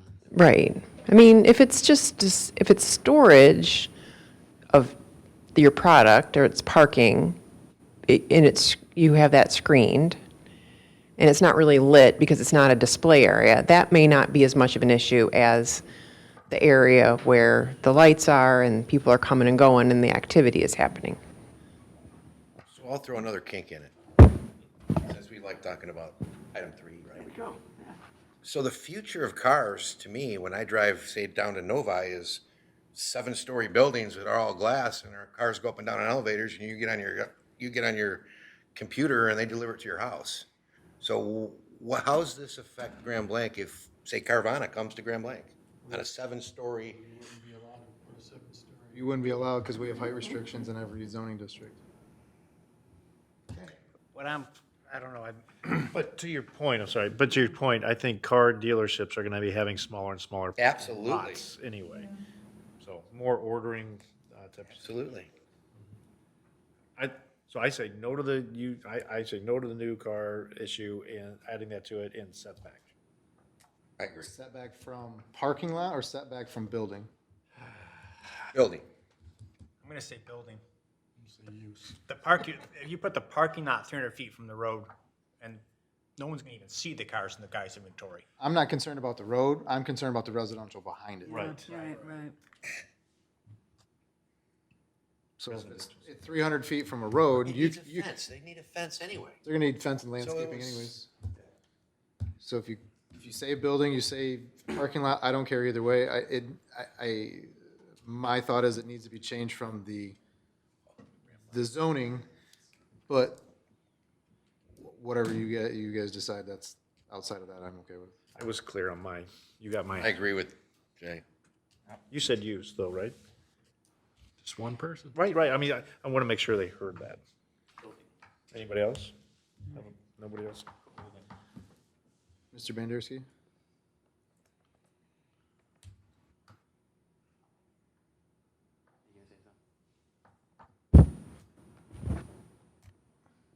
Are you in favor of building or parking lot? Looking at me? Yeah. Whatever the group wants. Propose something and we'll, Yeah, Building. Obviously not final, so we'll, sleep on it and think how we're, Next one's got to be easy. Okay, so section 5.2 is all about accessory structures. And it was recommended that a line be added here that temporary sheds are not allowed. Keep it just the way it is. Just the way it is. Adding the line in there? Add it, excuse me. Yes. Yeah, add it. I want it. This is a daily occurrence in my office that we have to explain why these are not allowed. You go to Home Depot and they buy that plastic shed, they're not cheap, but they buy those plastic sheds, and so they buy another one. and- Canvas ones are the problems because they may last a year, but after a year of going through a summer and a winter, they're dilapidated and they're blowing down through the subdivision. So they don't have the wind or the snow load that a permanent building would have. And people say, well, it's not in the book, so What's the definition of a temporary shed? Are you listening to us? Because we just looked at each other and said we should define temporary sheds. we have to add into the definitions in the front of the book as well when we. Yeah. So is a temporary shed a roof over all my logs for my fireplace in winter? Foundation. What's the roof material made out of? Tarp shingles. Is it wood I'm roof gonna with make shingles? I want to make a nice little structure over all my wood. With a typical wood roof with shingles over top of it? Yeah, but it's open. It's just a little lean-to type I don't thing. have a problem with Okay, I'm just checking. What I'm referring to is, the plastic sheds you can buy at Lowe's, Home Depot. I think even Sam's sells them now. And the tubes of the tarp. You wouldn't believe the people, well, they say, well, why can they sell them? And I said, we can't control what they sell, but we don't allow them. Well, show me in the book. If there's a line in the book, here it is. It's black and white. You cannot have it, and then we have a definition. of it. $2,500 Home Depot shed we're not allowing in Grand If Blanc? it's a canvas top, I would say no. Okay. Whether, Canvas I don't top, care what the okay. price is, whether, it could be But I mean, 40 if by it's a nice 60. one, if it's a nice shed, If it's made out of canvas, it doesn't need the okay, wind. I or the agree with snow that. load. I So Rubbermaid plastic. A Rubbermaid plastic one that you keep your rakes and stuff in that's up against your house, I don't have a problem with. It's the canvas type sheds that are the problem. Okay. Right. I can tell my wife to put it back. Pump house- I'd love, I'd really like to hear ideas on how you plan, how you guys would suggest defining a temporary shed. Because I can think of about Hold on, 4 or 5 we different got two ways. discussions here, so go ahead. Sorry, I was just, defining the temporary shed is really gonna be a challenge, I think. Because I think, I can think of 5 different variations of a temporary shed that would be appropriate in some cases and not appropriate in other cases. So, yeah. Right now, That's really what I would wanna see. thinking about that canvas material, I'm thinking of a non-rigid material. Going back to And what then- Nacho said, what about a greenhouse? But greenhouses are addressed somewhere else in the book, if I'm not mistaken. Yeah, we'll double check, because we don't want to prohibit that. Right, we don't want to prohibit a greenhouse. Well, but, right, those also could be clear, You can see into everybody's stuff. well, but I've seen Lexan, I've seen clear plastic as well, so if it was a clear plastic that was the flimsy, that blows in the wind, I would say no, but if it was made out of, I know, that's gonna be a sticky one, I know, so that's, Yeah. we can address greenhouses. There's absolutely nothing easy about what Right. you've. I mean, we also have to define temporary. I mean, not just, the Right. material or the structure, whether it's canvas or whatever, but what's temporary? How many days per what, No, we're just not gonna allow, the definition I think will take care of that. Temporary Okay, so it won't- material. Temporary material, Won't have not a time. temporary timeline, yes. Yeah, okay, well Yes. then, yeah, we need to clarify that. Yes. Fences, Okay. next. Clear as mud, perfect. All right, moving on to section 5.35. 5.3. 5. So this is talking about fences in the I-1 or I-2 district with a maximum height of 8 feet may be located in any yard except the front yard, and then it goes on to give some more standards. And it was recommended that the R&D district be included with the I-1 and I-2. Good. Good? Perfect. That was an easy one, all right. All right, so section 6.3, number 6, is special land use permits. And then under A, any person or agency who has been granted a special land use permit shall notify the building department of any proposed amendment to the approved site plan of the special land use permit. The building department shall determine whether the proposed amendment constitutes a minor or major amendment based on the determination standards for site plans as described in section 6.2. A major amendment to a special land use permit shall comply with the application and review procedures contained in this section. We also feel this is an easy one because we're asking that the planning and zoning department and not the building department be the one to determine that it's a major or minor change. The reason for was originally, my job was taken over, it was building and planning director. So I think that's why a lot of, there's gonna be a few of these in there, similar to this, where it gives me the control, not the building department, because they don't have control over this book. So just clean up. Yeah, changing a reference, so. Cool. Still an administrative thing, but you, Me instead of the building official. perfect, that's a great recommendation. Yes. Great. Should have started with these ones. I went in order. Temporary signs, I'm jumping back to section 5.19, the sign ordinance. 5.194, oh, where is it? I can't pull up the language because it's not linking, but 5.194 is dealing with temporary signs. Currently, it permits 4 14-day periods throughout the year, and it's been asked to change that to 56 days. I think it's 214, and then you want to change it to 414 days. Right, because there's inconsistency in the book between letter C and letter F. C says a total of 28 days per calendar year, and freestanding temporary says 64 days. So I just want consistency amongst both to get 56 days total. And only because 14 times 4 is 56. The reason you probably can't find this is because it was added incorrectly at the end of your ordinance. So if you don't have, Okay, that's good. Thank you. And that's another thing we're going to get, we're fixing that. incorporating that into the. Yes. And you saw, I sent a note to Clerk Robertson today asking him if there were any other amendments that were made since 2018.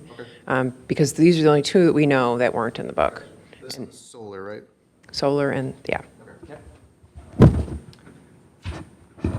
Where do we land on 56 days total on both, and that way it gives me the leeway to say, let's say somebody wants to come and say, well, I only want 2, but I want it for 28 days, and they can only have it twice a year. So however they want to do it in that 56 days, but they would have to have it down, the most it would give them is 28 days total in a row, and then they'd have to take it down for, I believe it's 2 weeks, and then they could put it up again for another 28 days, and then they're done for the whole calendar year.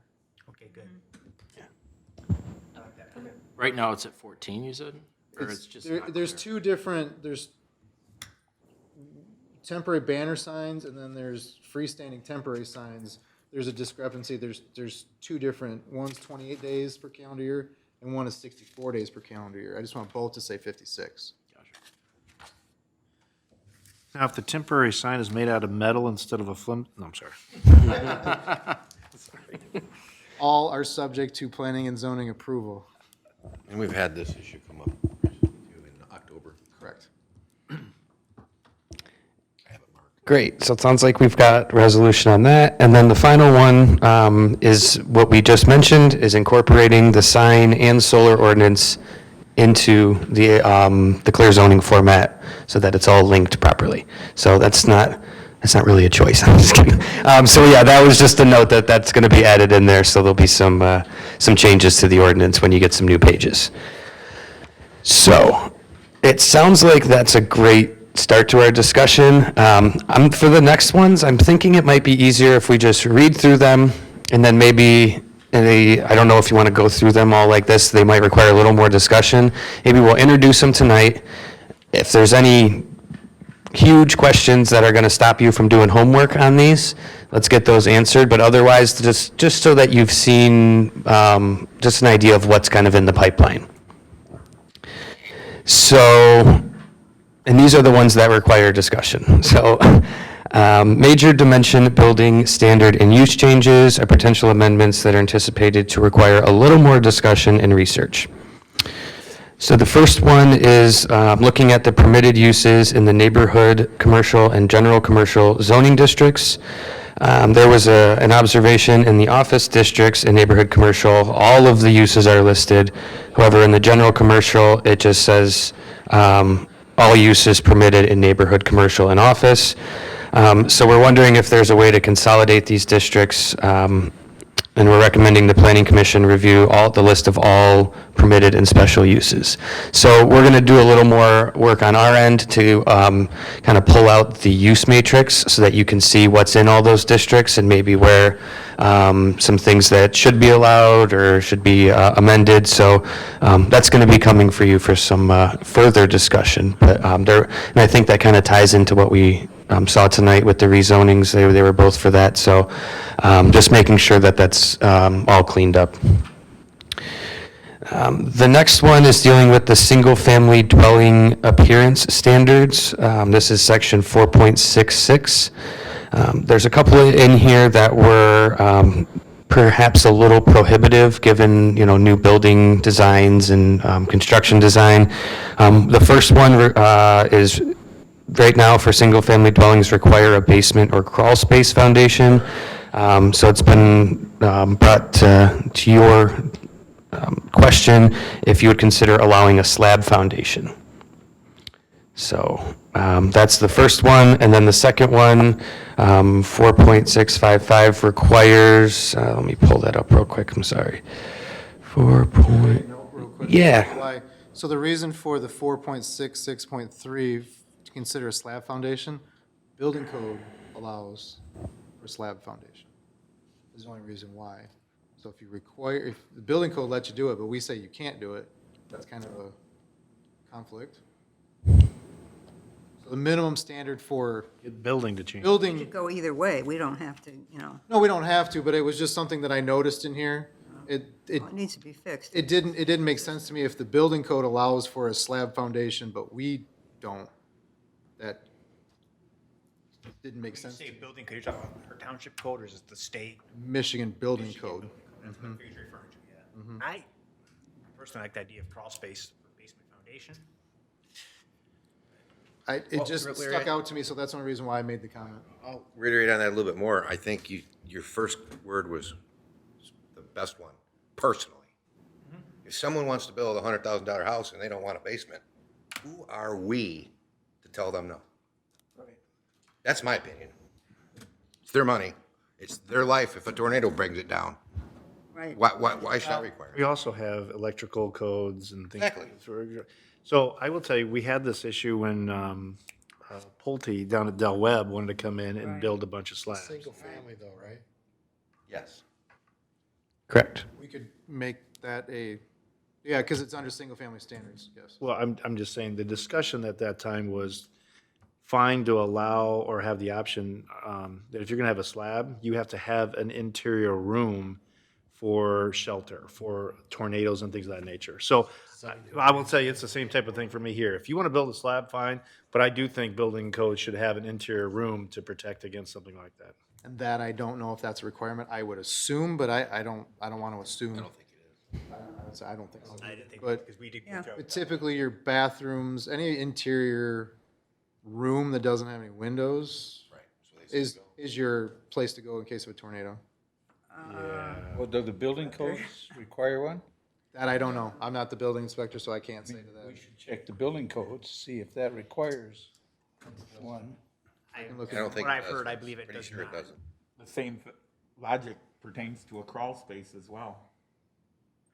You can't hide from a storm in a crawl space. Exactly. I'm saying that was the discussion back then, was if you're not gonna have a basement to have cinder blocks or cement walls. At a certain, you had to put on maybe a 3/4 inch layer of Right. plywood that had tie-down anchors before you put your drywall in. It was a little more secure room. Just an interior room. Consider, Yeah. we can always have a standard of more than what the minimum is. All right. I'll look into that one. Well, so we'll, again, these were, we don't have to have answers on them, but I think the discussion really helps us understand any concerns. So we can, Leave some people from themselves. all right, so it sounds The only, But we should be consistent with the building codes. correct. That's my recommendation. Whatever Yeah. the Michigan building code requires, that's what we So should. with that in mind, we can go back, check the building code, work with Jeremy, and make sure that everything is in alignment. There are an awful lot of things. Oh, one conversation. We don't allow, like we're talking about this offset in building, that's not in the building code. True. So, I mean, We want a higher building standard. code is a 7 minimum, stories isn't allowed here, but it is in the building code. right, it's a minimum standard, and we can always have something more, True. so, and we do. It was just a inconsistency that I saw that I just wanted to bring up to see if, what we wanted to, if we wanted to change it. Foundation, crawl space is my opinion. And again, we'll get back to this, I know. But So the next one, this is still in the single-family dwelling standards. Number 4.665 states that each dwelling unit shall contain a storage area equal to 10% of the square footage of the dwelling, or 200 square feet, whichever is less.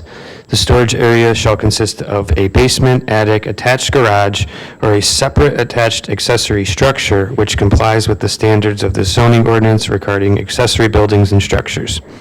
The intent of these standards is to limit the extent of outdoor storage. And it was asked, is this necessary? Requiring any amount of storage. Is it like, would a garage fall into that? Yes? correct?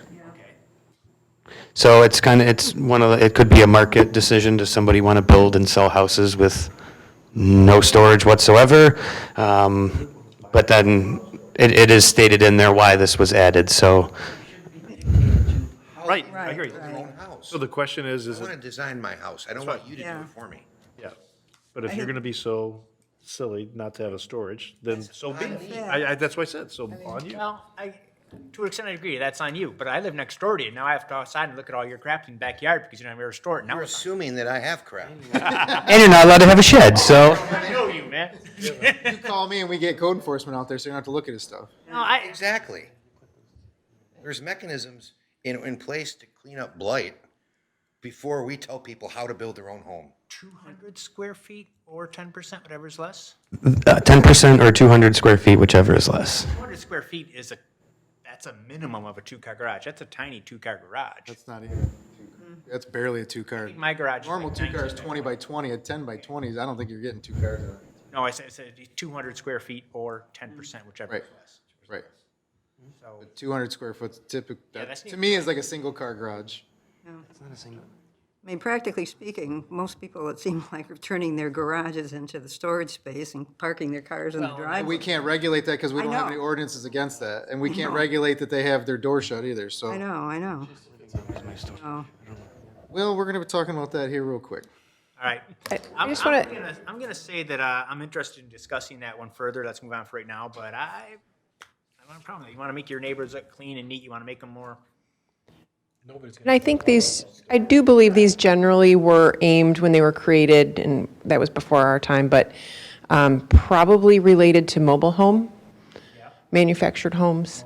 The ones that aren't in parks, so just on a lot, someone puts down a manufactured home, wanting to have certain standards that the appearance would look like other single-family homes nearby. So it's just something to think about, but we can certainly continue that conversation. They would be regulated under the mobile home park If they're in a park, if they're in a park, right? but if they're not in a park, If they had it, She's referring to somebody buying a partial. yeah, bring it in. Right, if they had- Double wide and plop it on the property.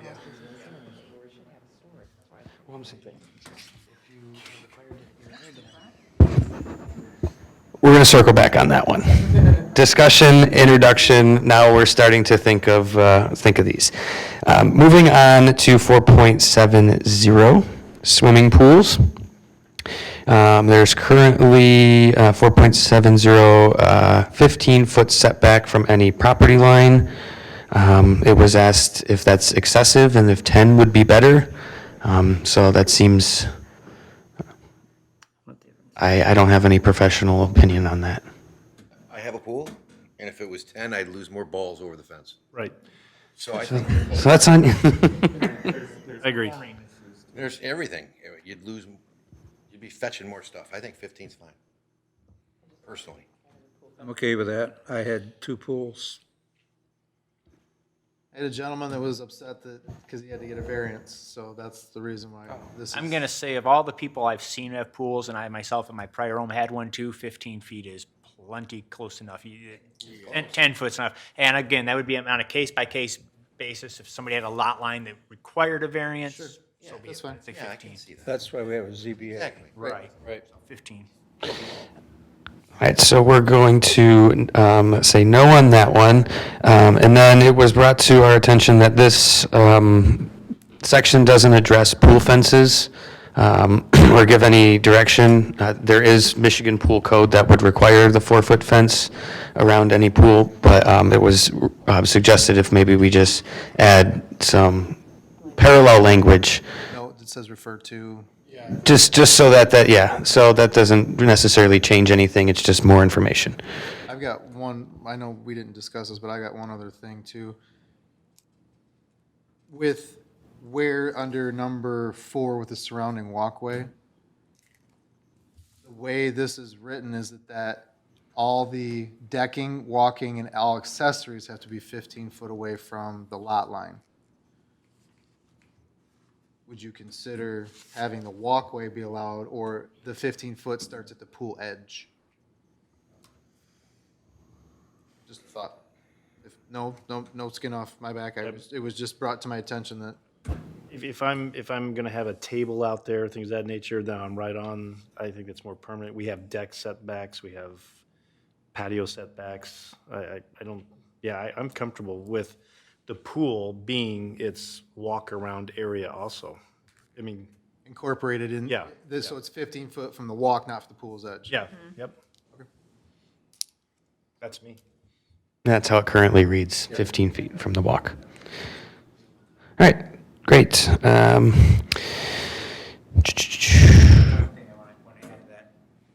Looking at an in-ground pool, I completely and totally agree with you on there. Above-ground pools, where people often build that wood platform deck around them. One side, maybe. Yeah, now if I own this lot and that lot backs up and he puts a wood pool in there, or excuse me, a above-ground pool with that wooden deck on it, and that 15 feet is the pool side only, that wood deck's gonna come almost to my backyard, basically. I want more space than that. The deck is required to be, the way that it says, swimming pools, spas, hot tubs, similar facilities and surrounding decks, walks, or similar accessories shall be 15 feet from any lot line. That's above ground and below ground. Yep, Okay, I misunderstood. great. That's fine. Okay, rezoning standards. This is timely because we were discussing this today. 7.3.3C requires signage be posted to alert passerby of any potential zoning changes. And it was discussed for the rezonings today, should these be required? Or would you like to remove this from the ordinance? Remove it. Can I explain why this is brought to my attention? Sure. We've had multiple cases, not since I've been here, but there are still some that way, that the sign gets left and doesn't ever get taken down. Right, I've seen that a lot. So that was to combat that. I mean, we put it in the paper, they get noticed, it's on our website. How much more do we really need to put on these developers to put a 4x8 massive sign in a yard that is showing everybody that this is gonna be rezoned? That was just our thought of why this should be looked at. Yeah, if that's an issue, you could always require like a deposit or an escrow when they come and get the sign. And then you get your money back when you bring the sign back. Otherwise, $1,500 for, $500 for a sign is, I got people that won't pay their lawn mowing bills that we. well, they don't, it was just, yeah, if that's, I if it's an understand. enforcement issue, we can put a, yeah. So again, a discussion item, I don't know that we need to come to a decision. My only thought on that is, and this has happened a lot, thanks to the love of social media. You'll put up a sign there that says, you know, rezoning proposed, blah, blah, blah, and it gets on social media. Everybody's complaining about it. And next thing you know, it's like, did you know they plan on building a nuclear power plant on Reed Road? You know, and it's just people, the average resident doesn't drive by that sign and know what the difference is from, you know, R1 to R3 or light industrial, whatever. And the rumors fly and it actually gets really ugly and a bunch of people are mad over something that's actually never going to happen. So that's my thought. On the other hand, in this climate that we're in, it seems as though taking away opportunities for people to know what's going on is not like a great visual. I'd have to definitely agree with that. You know, one of the things we could consider is making like a QR code on the sign as part of the requirement, so that you take a picture with your phone, it takes you right to the township website where you can get all the information about what's really going on. In my opinion, I'd rather have to ban that 300-foot notice to 500 feet before I'd have to keep the sign. That's just my personal opinion. Keep the sign? Thank you. I would rather get rid of the sign and Right, expand our required 300-foot notices to 500 feet. I agree with you on that. I'll touch base with, I think I agree with Larry to remove it. And unfortunately, my reasons are, we've all sat on this board for lengthy amounts of times. Nobody comes to these meetings unless they're right next door. And so we're asking the whole community to see this sign when reality is no one's going to come here. Yeah. And the people that come here are the ones getting the notices at 300 feet or 500 feet. Typically, if we get 1 or 2 out of 3 meetings, other than those people, we're lucky. I tend to disagree. I mean, I think we should try to get as much, you know, notices out to the community as possible, because, you know, maybe you live beyond the 300-foot requirement, and you don't get notice, so, you know, you don't have a say. I think the more information we get out and the more input we get as a result, helps us make better decisions.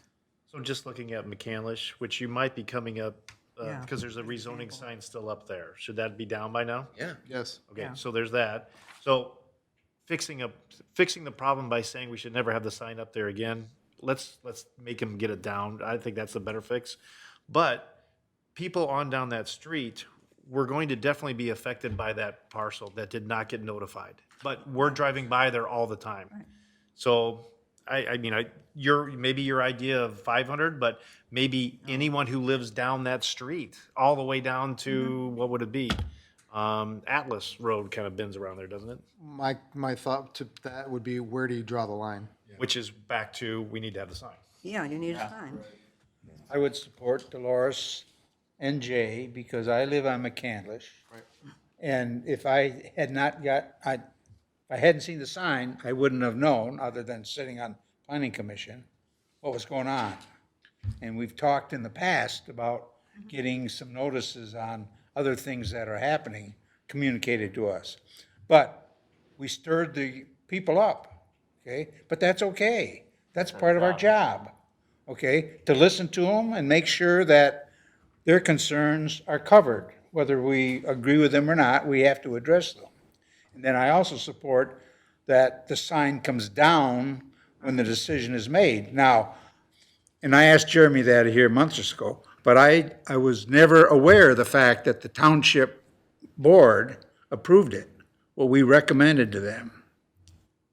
So every time we send this rezoning to the township board for approval, we should get some kind of feedback, Jeremy, as to, on such and such a date, they approved, blah, blah, blah, whatever that is. Well, that's Sarah's job, I believe. Yeah. Sarah should give us a report every single month of what the township board does. That's her job. Everything's been passed so far that you've recommended to them so far. I'll just tell you that right now. And that's not on Jeremy, that's on Sarah. Well, then Jeremy needs to talk to Sarah, that we get that communication.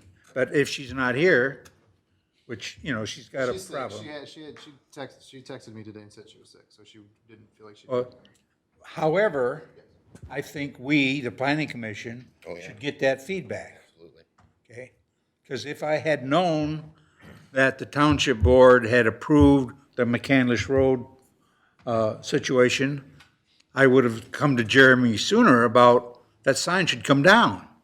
Because as long as it stays up, it's aggravating people. It says in the book it has to be done within 30 days of final action of the township board or 7 days after withdrawing the rezoning application. Okay, That standard is already in there. I like the escrow idea. Put it on them. so Jay and I are gonna go there tonight on the way home. So just a I got clarification. my steel in the You truck. on your own volition is on you. Just a quick clarification. That rezoning was not approved. It was changed to LDM, not MDM. Right, but it was not Single- approved by single what unit. it said. No, did we see? No, we approved it for single-family multi-residential. For, Low-density Low-density multifamily. residential. Yes. for this land use map. Correct. The sign is the applicant asking for rezoning, and that was not approved by the board.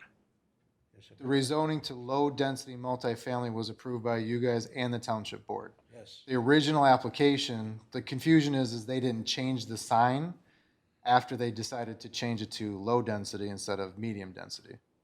So technically, the sign is irrelevant after they decided to change their application. Have they brought back a site plan for the low?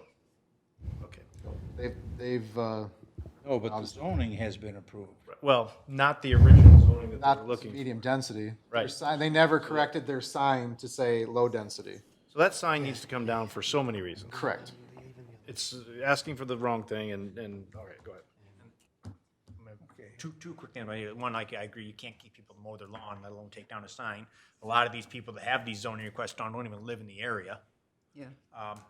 For years and years and years, you're driving along Grand Blanc Road towards Fenton Road, there's a wooded area there, there's been a sign you can barely read now, it says zoning change proposed, it's been there for years. I drove by there today, and a whole bunch of trees have been cleared, and they're moving a bunch of dirt around. Yep. What is going in there? You'll see it next month. They're already working on the lot, okay? All right. And they can. He owns the lot. They can remove trees. The ordinance that we have is he can't remove, they can't be bigger than 8 inch in caliper, and he can only remove 25% of them without coming to you to give you a updated plan. But in my opinion, he's gonna be putting a new development on this, and he's gonna have to add also whatever our book says for landscaping requirements, so this is really for something for like a vacant lot where nobody's gonna develop it, and they just wanna clear up the land and So, as a potential standard, looking out of my point is that sign, he's probably gonna take it down now, but that sign had been there for years, that was the previous owner when they tried to do a retirement facility. and it never got developed, and the sign never got taken down. Correct, it was approved and never got built. Yep, And the that was way before my time. There was a suggestion for an escrow account. Seems like a good idea. Yep, they got that. We've got that. I'd be more apt to put code enforcement on it, because then if we have to take somebody out there and we charge them, we put it on the tax roll. Escrow is another thing that I gotta keep track of that I would not be in favor of. I'm in favor of whatever financially penalizing them if they don't take the sign. Incentivizing them. We're incentivizing. Financial incentives. Jeremy, did you say that there's a minimum caliper that you can't remove a tree?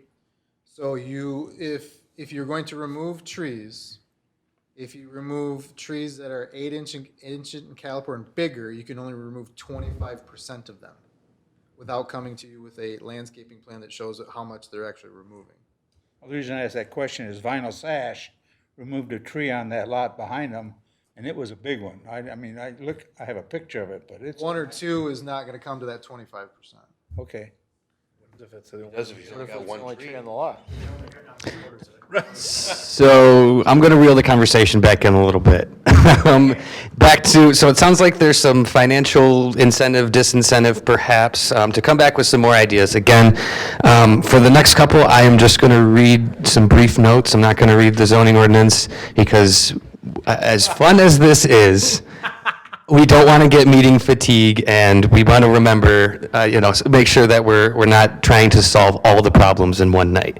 So, I was at a 4-hour meeting the other night, so I'm, and there was comments that was too long. So I just want to, make sure that we're all staying motivated on these. There's another portion of the rezoning standards that talks about a criteria that if the applicant can demonstrate that they don't get a return on their investment, that's a criteria for rezoning. So we're, maybe just think about that. We're thinking that some language about how to illustrate, how a little more measurable, or just taking it out altogether. I was just gonna ask, are you thinking about taking it out? That's fine, yeah. So We could deny every single rezone based on that criteria alone. I agree with taking it out. So, sounds good, think about it, this list is gonna be a living, breathing list, and we'll make notes and come back to it, so it sounds like there's good for taking that out. The next bullet point is regarding some traffic studies, section 6.6 and 7.3.5F. And the planning and zoning administrator has asked if they have, would have the ability to waive this if they thought it was not necessary. So that, again, that kind of falls into that cleaning up, aligning things with the building department. So think about that. We don't have to get into that discussion. This next one, I know this can go very, very off the rails, and I've heard it's been discussed maybe for years, regarding RV parking in residential districts. Don't break, just roll right into the next bullet point. So if I'm maybe just gonna. Let me, I know this is gonna. I know. Well, we can. So I know this is a hot button item, and I know this is something the township board and the planning commission have asked to been taking a look at numerous times over the years. We need to fix this. My code enforcement people they're chasing their tails. They have 48 hours to move this where they need to be, and these people are playing games with putting it from one side of their driveway to the other, and that's a movement.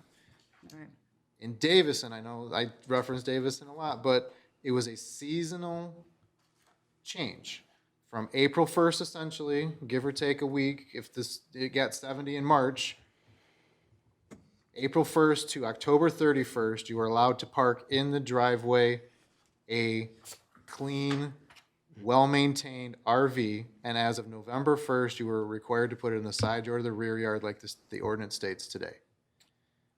There are countless more things that we need to worry about to clean up this town than worry about RVs. If the RV is dilapidated, the code enforcement can still go after it. So it's blighted. That's part of their purview. If it's got flat tires, if it's got broken windows, we can go after it. This is something that I told the township board. I have a meeting on Tuesday that I would get some direction from you all to see what your thought was. This does not have to be decided today, but I would like to know kind of your ideas, or if you're not in favor of this seasonal. Also, with the caveat is if we change it to seasonal, there's no saying that we can't, and if this doesn't work this year, and it goes off the rails and goes haywire, we can take it right back in the wintertime and put it right back to where it is. And my only reason why I'm bringing it up now, and I want to have something done, because I told them, because code enforcement's going to be ramping up on this, it's the beginning of March.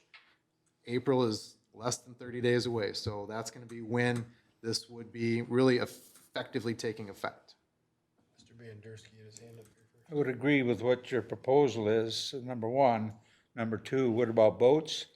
And what about snowmobiles? Same, they'd be treated the same.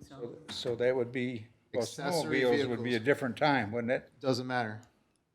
You use them and you put them away. I don't care what time of the year it is. I don't care if you use them in the wintertime. If they're in there from November 1st to April 1st, you need to put it back where it's supposed to be. Okay. Mr. Bush? Just to expand on it a little bit, I think a reason for the change, when you say RVs and boats, cars, there's a lot of people that have very fancy, very expensive cars that are stored in the winter. They bring them home and they put them in their driveway in the summer. They put a nice cover on them, and they get them out every Sunday and polish them and drive them. And that's the only time a week they drive it. Personally, I have a boat, and I use my boat at least once a week, if not more. So I'm constantly moving it. So I think that the key word here is we don't allow storage of vehicles in the front yard. And I don't think somebody that's using a recreational vehicle on a regular basis is storage. Well, cars, I think, are a little bit different thing. Cars, there are different requirements on, they have to be tagged, insured, and plated and so forth It's my like boat, that. Larry. Yeah, hold on. No, it's- So I'm not too worried about a guy that stores his summertime ride, his 56 Chevrolet in his driveway. It's gonna get used and driven, I know. The ordinance we were talking about here was basically RVs, trailers, that type of equipment. What's the difference? What's the difference between my recreational vehicle, RV, and your When I look car? out my window and I see a car in your driveway, I can still see over the car, I can see your neighbor's house. Yeah. When you got a 40-foot motorhome parked there, I don't wanna look at the backside of your motorhome all day long. That's the difference, in my opinion. See it? Accessory, in my opinion, is not a primary vehicle that you would drive or could potentially drive every day. Exactly. It doesn't have a motor. Well, a boat has a motor, so I guess that shoots. Motor homes, things that, I would say a recreational vehicle, a boat. And those don't bother me. I got a neighbor who's got a beautiful boat. It's 38 feet long, and I kind of like looking at it. They're gorgeous. But it looks fast in his driveway. But like, another example is utility trailers. I see a lot of guys that have these big, massive utility trailers that are just parked there all year long. You know, double axle, triaxle trailer, and he's just, That's not what we're talking about. yeah, that's, I think, Yeah, that would be considered a RV, if you had RV stuff in it. Yes. yeah, so, okay. Definitely needs to be revisited, and I'm thinking I'm okay for some summertime months. Oh, what if Seasonal is. anyone who thinks seasonal is a good idea just maybe gives Jeremy a little nod here, so heat check, he can take it to his meeting. Anybody opposed to seasonal? No, I mean, we might want to shorten it a bit. I mean, I don't know if Well- we have to go through October, for example. But a lot You of, know, maybe May through September or something, yeah, or maybe even just like on weekends. The season, it goes back to the 48-hour thing. We can't, I want to make this as simple as possible for my code enforcement people to enforce this and still keep the township looking nice. Most people, if you're in a subdivision, you're not going to leave that there because you're using your garage. You're going to move it, get it out of the way, and put it in the side yard or backyard. I don't think this is going to be as rampant as people think, that these are just going to stay there for 6 months and not ever move. Well, I got an example. Okay, I got a guy that lives down the street from me. He lives on a corner lot. His boat has been in his front driveway and at the corner for 30 years.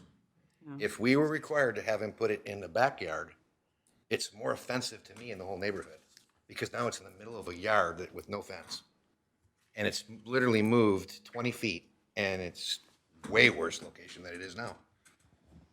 It's a specific lot because it's a corner. You got our input, right? Yeah, so yeah.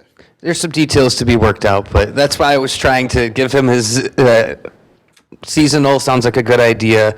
Dates, sizes, types are all, we'll have to really dive into that. It was just meant to let you know this discussion is coming, so. And the final bullet point is just regarding the planning and zoning administrator, with a few more administrative process oversight and allowing change of approval. And then there's a few more that I'm gonna, 4.18, 5.11, and 5.14. We're going to get back to those. If maybe that'll be a little homework. Everyone can take a look at this memo, go click around the ordinance and look at that. But I think this gave us a great direction for our next meeting, where we will bring to you the revised language, correct? Or are we setting a public hearing? Well, my question would be that if we can get some of these in a public hearing, can we do that so that way they're off the list? Yeah, there's a couple that we said yes to, right? That's, There was a few that were, yes, it would be, Two that were like, yeah, we can do these right now. And then there's some comments. There's maybe three. We've got the used car, probably,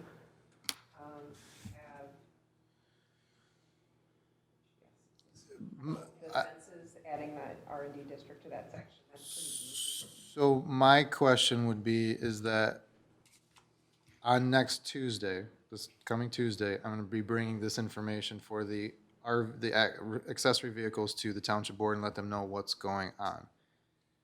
And your kind of direction that you guys are okay with. We're not gonna have another meeting until April 7th, I believe is the first Thursday. this would be the start of code enforcement looking at changing this accessory. I know I'm not trying to push you guys, but Put it on a public, put it on, we can always talk about it. Let's decide. Put it on. Let's decide tonight. do you want a couple of these items that are slam dunks on a public hearing for next month with the accessory vehicle one, or would you? Yes. Are we required to have a public hearing Yes. on a change in the zoning ordinance? Well, then we have a, So we can't and, say. yeah, and the township can't act until. We have to specifically. The RV would be just more discussion, correct? At the April one, I would like to, because I'm going to take this to the township board. There's going to be 2 more meetings for the township board. I don't think that's going to be ready for April. Throw something out, but I don't know if the planning commission would be ready to, if you did, I'd be really shocked. All right, well, no. I mean, the thing is that we have to notice for it, Specifically sections. specific sections, the 15-day notice, which means that we pretty much have to get those to you next week so that you can post them. Right. Because otherwise they're not available. We're seeing only a couple of them. until they come in. It's not quite in. Some of them we could easily do that. Yeah, that's a. There's probably 3 or 4 that we could get you next week. That's what I'm saying. So we have the slam dunks that we talked about tonight and include the RV one. If by including the RV one, we mean that we will allow them to be parked in the front yard on a seasonal basis, which we are going to define the season as April to October 31, November 1st, however you want to word it, is my recommendation. and the idea about it being in good working order, it has to be properly licensed. Yep. And tagged, not dilapidated. Yeah, it's gotta be nice. It's not- Right, I don't care if it's a 1972 Bluebird or if it's a 2021 $500,000 motorhome. That doesn't concern me. You can't enforce it that way. It's just got to be tagged. Correct, it has to be properly tagged, and it can't be dilapidated, and it can't be, yes. And I agree with that a whole 100%. And if it doesn't, like I said, if this doesn't work, and we feel that it's not working, or we get too many complaints, If I call you up because my neighbor's boat's got 3 flat tires and it hasn't moved in 2 months, then you can do something. after November 1st, I could. If it's flat tires, no, code enforcement could take care of it today.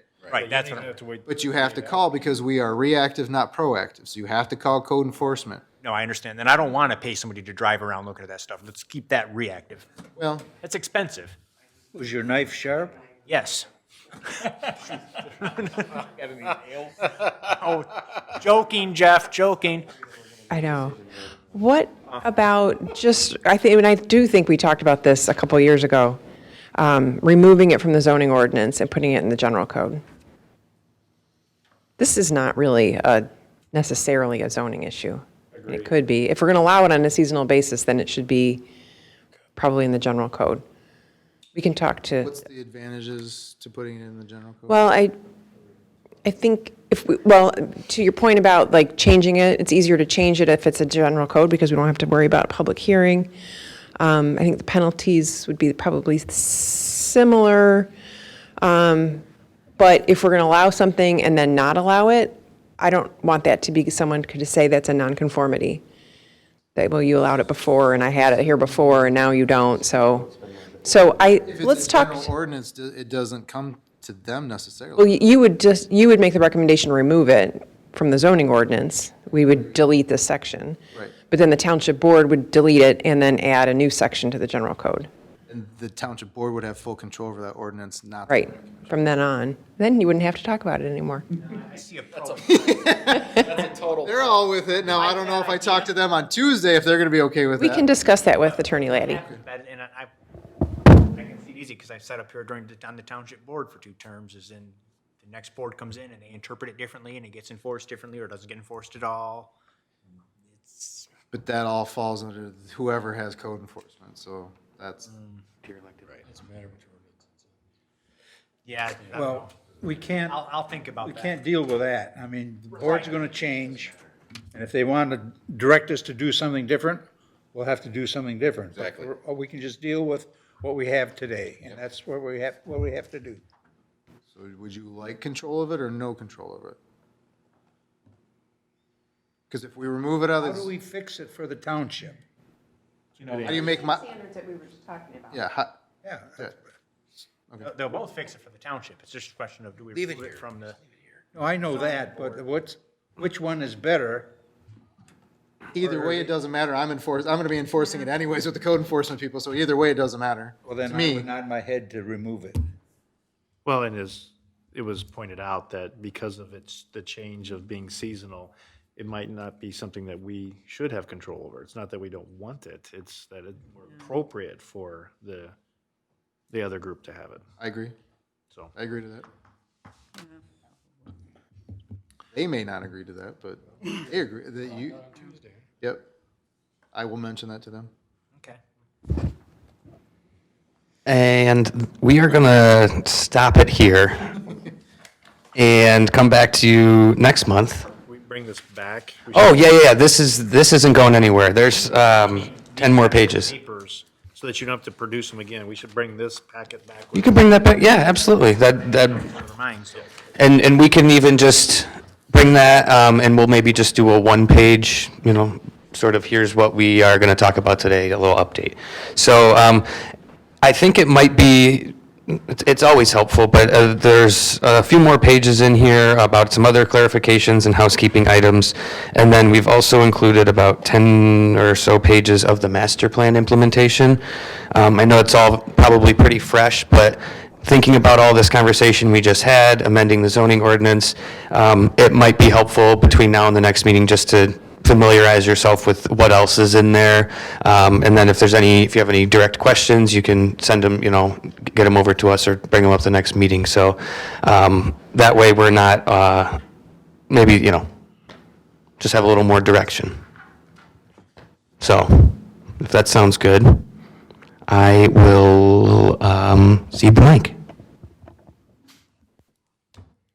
Okay. Thank you very much. Motion to adjourn at 9. Oh, no, you can't. Sorry. That was just a hint to Mr. Bandersky. We have the committee reports Oh, that's true. on the agenda. You're still making a motion. Oh, yeah. Committee reports, Sarah's not here, so we're not going to report there. Jeremy, you don't have anything else for planning and zoning? We're just continuing on. We're gonna have our normal scheduled meeting on April 7th. We have another rezoning and a site plan and a special land use with that site plan. Mr. Johnson, Nothing to report from zoning. nothing for site plan reviews. We will have a regularly scheduled ZBA meeting on March 15th as well. We haven't had a ZBA meeting in probably 4 months. 4 or 5 months, so. Wow. Yep, it's been a minute, which is not a bad thing. That means our book is doing what it's supposed to be doing and everybody's abiding by it, so. Okay, motion to adjourn? No, No? no, Chairman, I'm sorry. I have a comment to make. And the comment has to do with Alice training. I know all of you got a notice from Melissa on Alice training, which is a police program. And I was disappointed in that I was the only planning commission member that attended How did that we get training. the notice? It came through the Grand Blanc website. It was an email. I think I received an email. Email, yeah, I'm Yeah, sorry. correct, from her. It's an Was email. it to the township email? Yes. Because I haven't been able to access mine for months. Well, anyway, my comment would be, if you ever have an opportunity to attend that, please do. And did you know that under this table, right here, there's a little white square with a black button in it? And if you were to press that, police would be on their way immediately. Yep. I And knew the- that from the township, not from here. And the Alice training stands for Alert, Lockdown, Inform, Counter, and Evaluate. And it was a 3-hour meeting, and we had the police going through it in demonstrations, and the participants, and the attendees participate in that, and how to break into a room or out of a room and so forth. So it was very good training, and I would really encourage you to do that. And I asked don't know if I mentioned to you, but I mentioned it to Scott, that if there's another one someplace, Not the eject one, just the fan. if there's one someplace, even around here, not here, to let the group know so they might be able to attend. With that, unless there's any other comments, I'll make a motion that at 9, So to expound on what you said, just in case everybody knows, your two exits are there and there. So if something hits the fan in here, those are your two outs. Bolton that way. Go that way and all the exits are marked, and go this way. Don't run me To be over. honest, I'm stepping on you. I wanted to come. I saw the email. I was actually excited about that. Unfortunately, it also fell on a day where I had a couple things at work that I was committed to, so I couldn't. well, But but, my wife has been to it and spoke greatly of it. and just, let me go back for a minute.